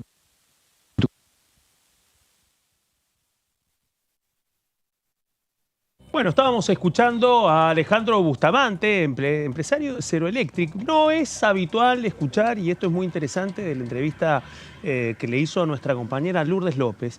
No es un dato menor, Lourdes, escuchar a un empresario que forma parte de esta actividad en la Argentina en este momento, ¿no? Digo, empezamos a ver, y acá hay un dato muy importante, porque debo decir que Lourdes me mandó a hacer la tarea para poder estar un poco al tanto de lo que pasa con la ley de electromovilidad, ¿no? Uno de los temas que formaban parte del debate de estos años y que ha perdido estado parlamentario. Así que parte de ese debate también depende de que el guante lo tome la próxima administración, Lourdes. No sé vos cómo lo ves, ¿qué ves vos a partir de esto, ¿no? La relevancia de un empresario haciendo este análisis, ¿no? Sí. Pero en un contexto en donde, bueno, estamos esperando definiciones ambientales. Seguramente. Primero hay que tratar de intentar definir de qué forma se van a aplicar las diferentes políticas ambientales en este nuevo periodo electoral. Estamos hablando de que el Ministerio de Ambiente pasó a ser una secretaría, por lo tanto, bueno, va a tener otro presupuesto y por supuesto también va a tener otro manejo seguramente, pero más allá de eso es importante que desde el sector privado, en este caso, diferentes empresarios se acerquen a la Casa de las Leyes también a presentar sus diversos proyectos o sus trabajos en materia de electromovilidad, porque también es una forma desde el sector privado impulsar, capacitar y traer el tema a la mesa de trabajo, ¿no? Que sobre todo, y al debate, que es lo que se está buscando ya desde hace mucho tiempo. Él se refería también a esto de la micromovilidad, que es cuando hablamos de la utilización de monopatines eléctricos. Digo, somos un país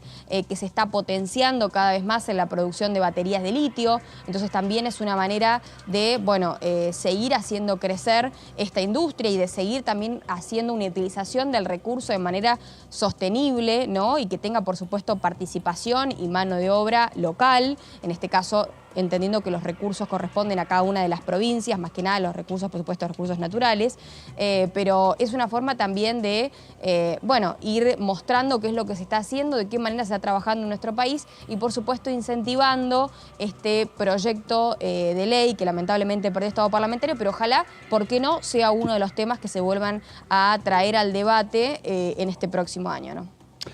Lourdes, me quedo pensando porque he visto que en tu programa, en Ecoagenda, han repasado un tema que tiene una gravitación política importante y es el COP28, ¿no? la cumbre ambiental que se está desarrollando en este momento, que está llegando a su fin, en un contexto en donde, bueno, vemos dos costados. Hoy justamente. Exactamente, y vemos dos contornos, ¿no? Por una parte, lo que bien vos decías, que tiene que ver con la degradación del Ministerio de Medio Ambiente al rango de secretaría, en un contexto en donde también hay un dato importante de la COP28, y es que la representante argentina, designada por la actual administración, lo que hizo fue confirmar claramente que la Argentina va a respetar el Acuerdo de París. Es decir, que es un dato a contrapelo de lo que se había hablado en la campaña, ¿no? Que había sido una de las críticas que había recibido Milei durante la campaña y que tenía que ver con la minimización del cambio climático, la relativización del cambio climático. Bueno, ahora vemos dos movimientos, ¿no? Por una parte, en términos ejecutivos, la reducción del Ministerio de Ambiente, y en términos diplomáticos, la confirmación ante Naciones Unidas de que van a respetar la agenda climática. ¿Cómo lo ves vos? ¿Cuál es tu punto de vista? Hay un tema acá, justamente me estoy sirviendo de esto, que dice, bueno, que pasó de ser en este caso va a depender de la Secretaría de Turismo y Deporte, esto es un tema, a lo que iba a ser, pasó de ser Secretaría junto al Turismo y Deporte a dependiente del Ministerio del Interior. Esto es un tema, o sea que va a estar bajo, en este caso, este ámbito, y Argentina seguirá en el Acuerdo de París. Y por otro lado, las negociaciones de política climática van a estar a cargo de Cancillería, o sea que van a ser abarcadas por Diana Mondino, en este caso. Bueno, por supuesto que cuando uno... cuando se pasa de ser ministerio a secretaría, realmente hay muchos temas y muchos puntos importantes, ni hablar proyectos de ley, que se pierden, ¿no? Se pierden lamentablemente en otros temas que quizás son de mayor importancia, porque siempre hay algunos temas que son de más importancia que otros. Vamos a hablar de ley de humedales. Bueno, ahora con esta nueva gestión hay que ver cómo también se posiciona mucho Acuerdo de París. La verdad que la última COP igual...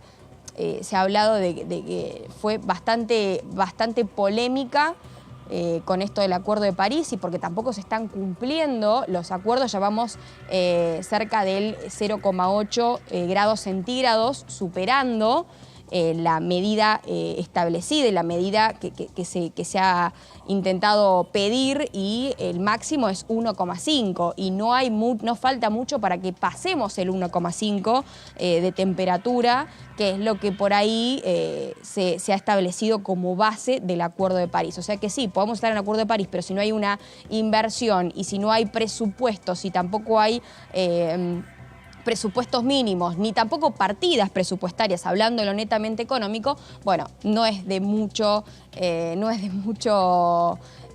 utilidad, vamos a decirlo, si esa es la palabra, que respetemos un acuerdo cuando en realidad hay una falta de fondos desde atrás. Yo elijo creer, esperar a ver qué va a suceder con las diferentes políticas ambientales que se puedan llegar a abordar por Cancillería en las próximas semanas, porque más allá que hoy estamos pensando en la inflación y en la economía, bueno, muchos de los temas ambientales, y uno de ellos, ley de humedales, también depende de la cuestión económica, y ya sabemos que somos un país, agroexportador, entre otros temas, por lo tanto es un tema que se va a tener que trabajar seriamente, y de esa forma intentar determinar a qué postura vamos a seguir, si una postura más conservacionista o a una postura más productiva, y por qué no hacer una utilización de los recursos de nuestro país de una manera más sostenible. Entonces ahí aunamos las dos opiniones, en este caso, que es lo que hacía que por ahí estuvieran los diferentes lobbies, vamos a decirlo, en el medio, ¿no? Donde es tan difícil llegar a un acuerdo entre el sector minero, el sector agrícola, el ganadero y demás, ¿no? O sea, realmente se hace muy complicado. Así que vamos a ver si en esta nueva gestión se puede llegar a impulsar, por ejemplo, la ley de humedales, y de esa forma creo que sería una manera del actual gobierno también de, sumar un puntito a favor de los que todavía estamos pensando en que el ambiente es lo más importante. Si no tenemos un ambiente cuidado, lamentablemente no hay vida que subsista.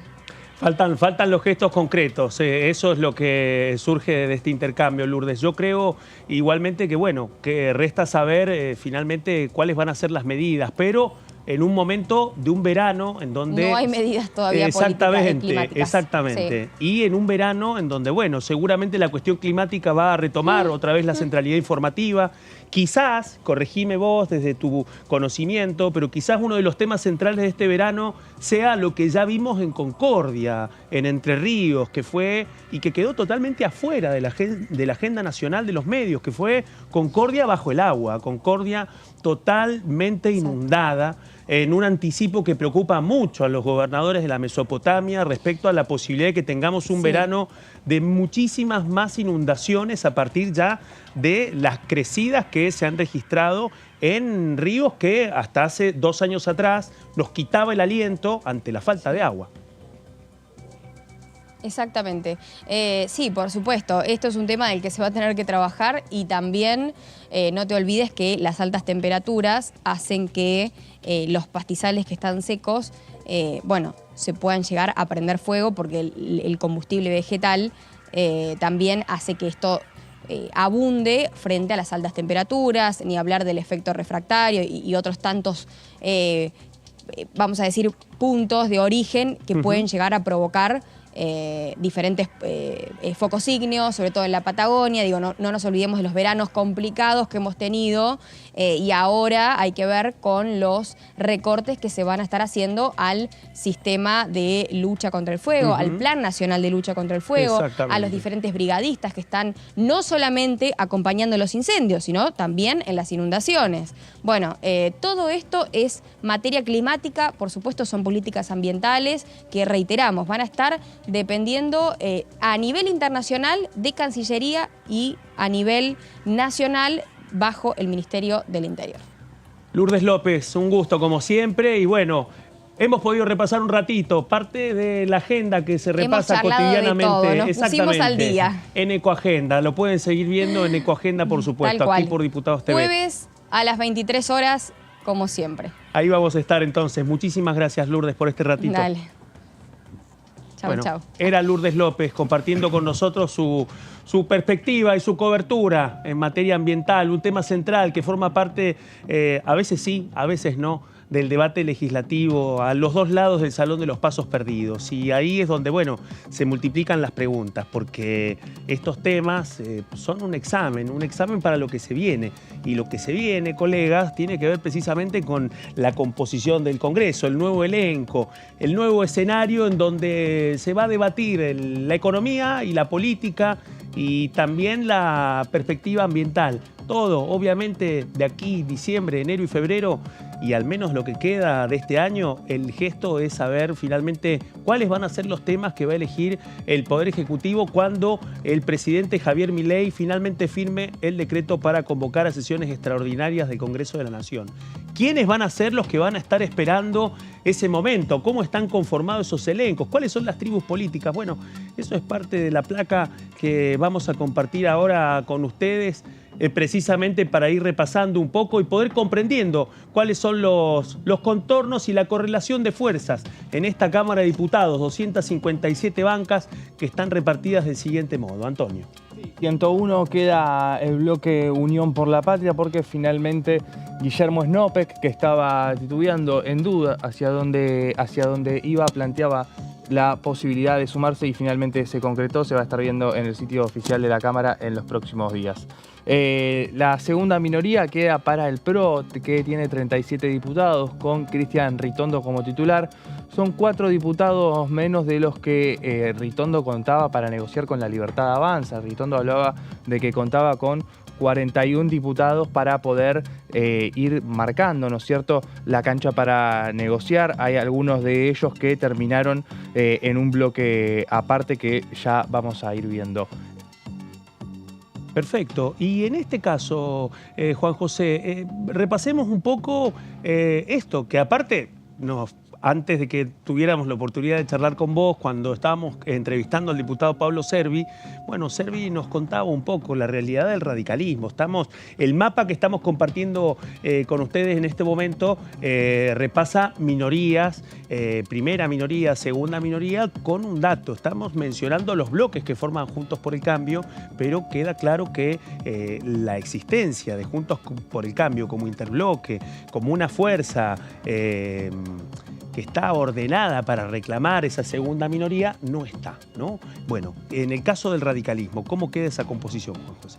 Bueno, y ahí va a ser fundamental el temario, me parece. Y porque hablando con De Loredo, por ejemplo, fue claro, iremos ley por ley. O sea, no va a haber un paquete y levantamos toda la mano. Así que veremos cómo reacciona. Por ejemplo, estaba viendo algunas reacciones en Twitter de lo que de lo que decía Caputo, y ya, por ejemplo, Tetaz, el diputado de los UCR Tetaz, y también el diputado Lisandro Nieri apoyaron las medidas.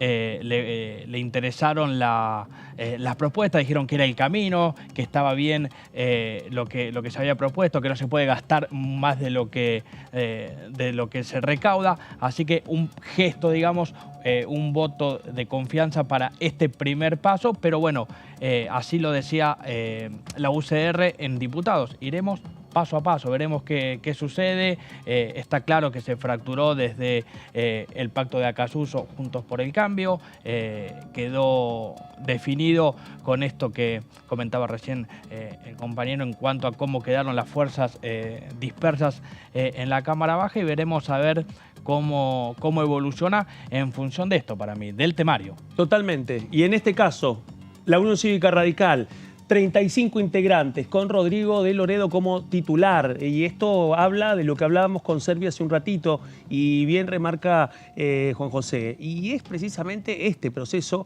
de unidad que ha posicionado al radicalismo en otra situación, ¿no? En una situación de tercera minoría, con un rol muy importante por el hecho de lo que vamos a ver en la siguiente placa. Y esto revela con quiénes puede articular la Unión Cívica Radical a partir de esta implosión de Juntos por el Cambio. Bueno, en ese bloque que vemos ahí, Cambio Federal, están los 4 diputados que contaba Ritondo para su negociación que decíamos, ¿no es cierto? Por los ahí 4 porotos que no estaban. Así es, estamos hablando de la cordobesa Clipauca, de Ávila, de Agost Carreño y de Morcho, que responde, Morcho, en el último caso, responde directamente al gobernador de Entre Ríos, al señor Rogelio Frigerio, pero bueno, Ávila también responde directamente a... Todo el monzoísmo, el frigerismo, todos bajo el mando de Miguel Pichetto. Así es, así es. Monzó explicaba que quedó Pichetto como titular porque entendía mejor que él el juego de negociaciones parlamentarias y legislativas. Así que un reconocimiento, ¿no es cierto?, de parte del expresidente de esta Cámara de Diputados hacia Miguel Ángel Pichetto, que tuvo una larga trayectoria como diputado, también como senador y como jefe de bloque de oficialistas durante muchos años. Entonces repasamos. Primera minoría, Unión por la Patria. Segunda minoría, el PRO. El PRO. El PRO con... El PRO con 37 diputados. Tercera minoría, el radicalismo. Con 35. Con 35. ¿En el cuarto lugar? En el cuarto lugar tenemos Cambio Federal. Y ahí déjame hacer un paréntesis, Claudio, porque va a ser importante cómo se van a agrupar estos distintos espacios a la hora de negociar las comisiones. Que ahí es donde va a estar la papa caliente de los próximos días, de las próximas semanas, porque, a ver, si se habla de definir por bloque, el bloque Unión por la Patria, al ser casi más del doble de cada uno de la segunda minoría, que es el PRO, va a tener una gran mayoría en cada una de las comisiones, y el PRO también tendría mayor peso dentro de sus ex socios de Juntos por el Cambio, y ahí aparecen las vendetas políticas. Porque lo que hablan los radicales, junto con Cambio Federal, junto con los 6 diputados de la coalición cívica, es de armar un grupo de bloques de sector político. ¿Por qué? Porque todavía no está formalizado en interbloques. Hasta diciembre de este año, hasta ahora, la organización venía siendo por interbloques. Por eso veíamos mucho peso de Juntos por el Cambio como interbloque y de Unión por la Patria como bloque, de lo que era el Frente de Todos como bloque. Los dos protagonistas de la ultrapolarización que dividió mucho tiempo a este recinto, al recinto de la Cámara de Diputados. Lo que sí vemos, y podemos volver a la placa, es precisamente que primero tenemos un primer grupo de 3 primeras fuerzas que, bueno, están por arriba de los 2 dígitos, digamos, ¿no? 2 dígitos que hablan de números importantes, relevantes. Pero los otros, los bloques más chicos, que tienen 1 dígito, no pierden importancia. Hablábamos de Cambio Federal con 9 integrantes conducidos por Miguel Ángel Pichetto. ¿Quién sigue, Juan José? Tenemos a Innovación Federal con 9, va a estar como titular Pamela Caletti, y Hacemos por Nuestro País quedaría con 8, con Ignacio García Aresca como titular. Estos bloques cobran mayor importancia. Totalmente. Porque son los fundamentales para articular las negociaciones que se pueden llegar a venir. En una Cámara de Diputados de tercios, como sabíamos y como ya intuíamos ya desde las PASO que iba a suceder y finalmente sucedió, estos pequeños bloques hacen la diferencia. Seguimos con el Partido de Trabajadores Socialistas, con 4 miembros a cargo de Emilia Breckman. Ahora Patria quedó con 3, con Carlos Zapata como titular. Ahora Patria también con afinidad, por cierto, con La Libertad Avanza. Exactamente. Quizás uno de los mayores bloques o mini bloques, digamos, que tienen más afinidad con La Libertad Avanza, porque, bueno, Zapata con Javier Milei tienen una relación muy interesante y con mucho apoyo en la provincia, sobre todo. Exactamente, y aparte porque quien creó esa fuerza, el empresario Olmedo, bueno, incluso estuvo en la sala de prensa de la Cámara de Diputados para anunciar finalmente no solamente que el bloque crecía, sino que era un aliado clave para La Libertad Avanza. Así que ahí tenemos otros porotos más que se suman a esta aritmética política que va a dar vuelta al recinto y las negociaciones del recinto. Y otra figura también que va a articular con La Libertad Avanza, Buenos Aires Libre, con Carolina Píparo como titular. Carolina Píparo que sigue en la Cámara, pero que sigue luego de haber sido posible titular del ANSES, ¿no? Después vemos que claramente la angosta avenida del medio de la Cámara de Diputados se ha ensanchado, y se ha ensanchado con una gran cantidad de bloques y monobloques. Los monobloques tenemos a José Luis Garrido por Santa Cruz, la tucumana Paula Omodeo de Creo, sí, potencial aliada de La Libertad Avanza, la sanjuanina Nancy Picón del bloque Producción y Trabajo, el bloquismo sanjuanino que responde al flamante gobernador Marcelo Rego, exintendente de la localidad sanjuanina de Santa Lucía.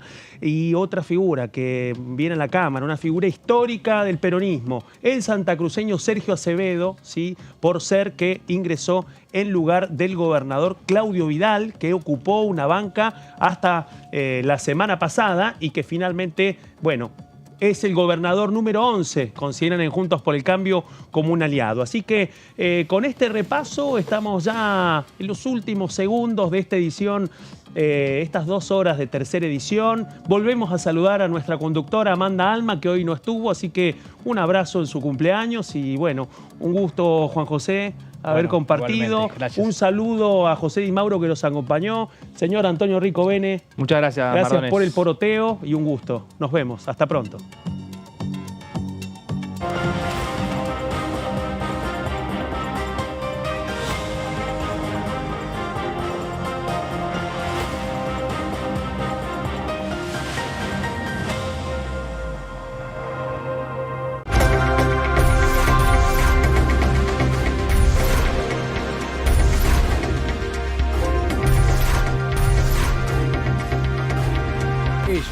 Son tu voz en el análisis. DTV, el periodismo en el Congreso.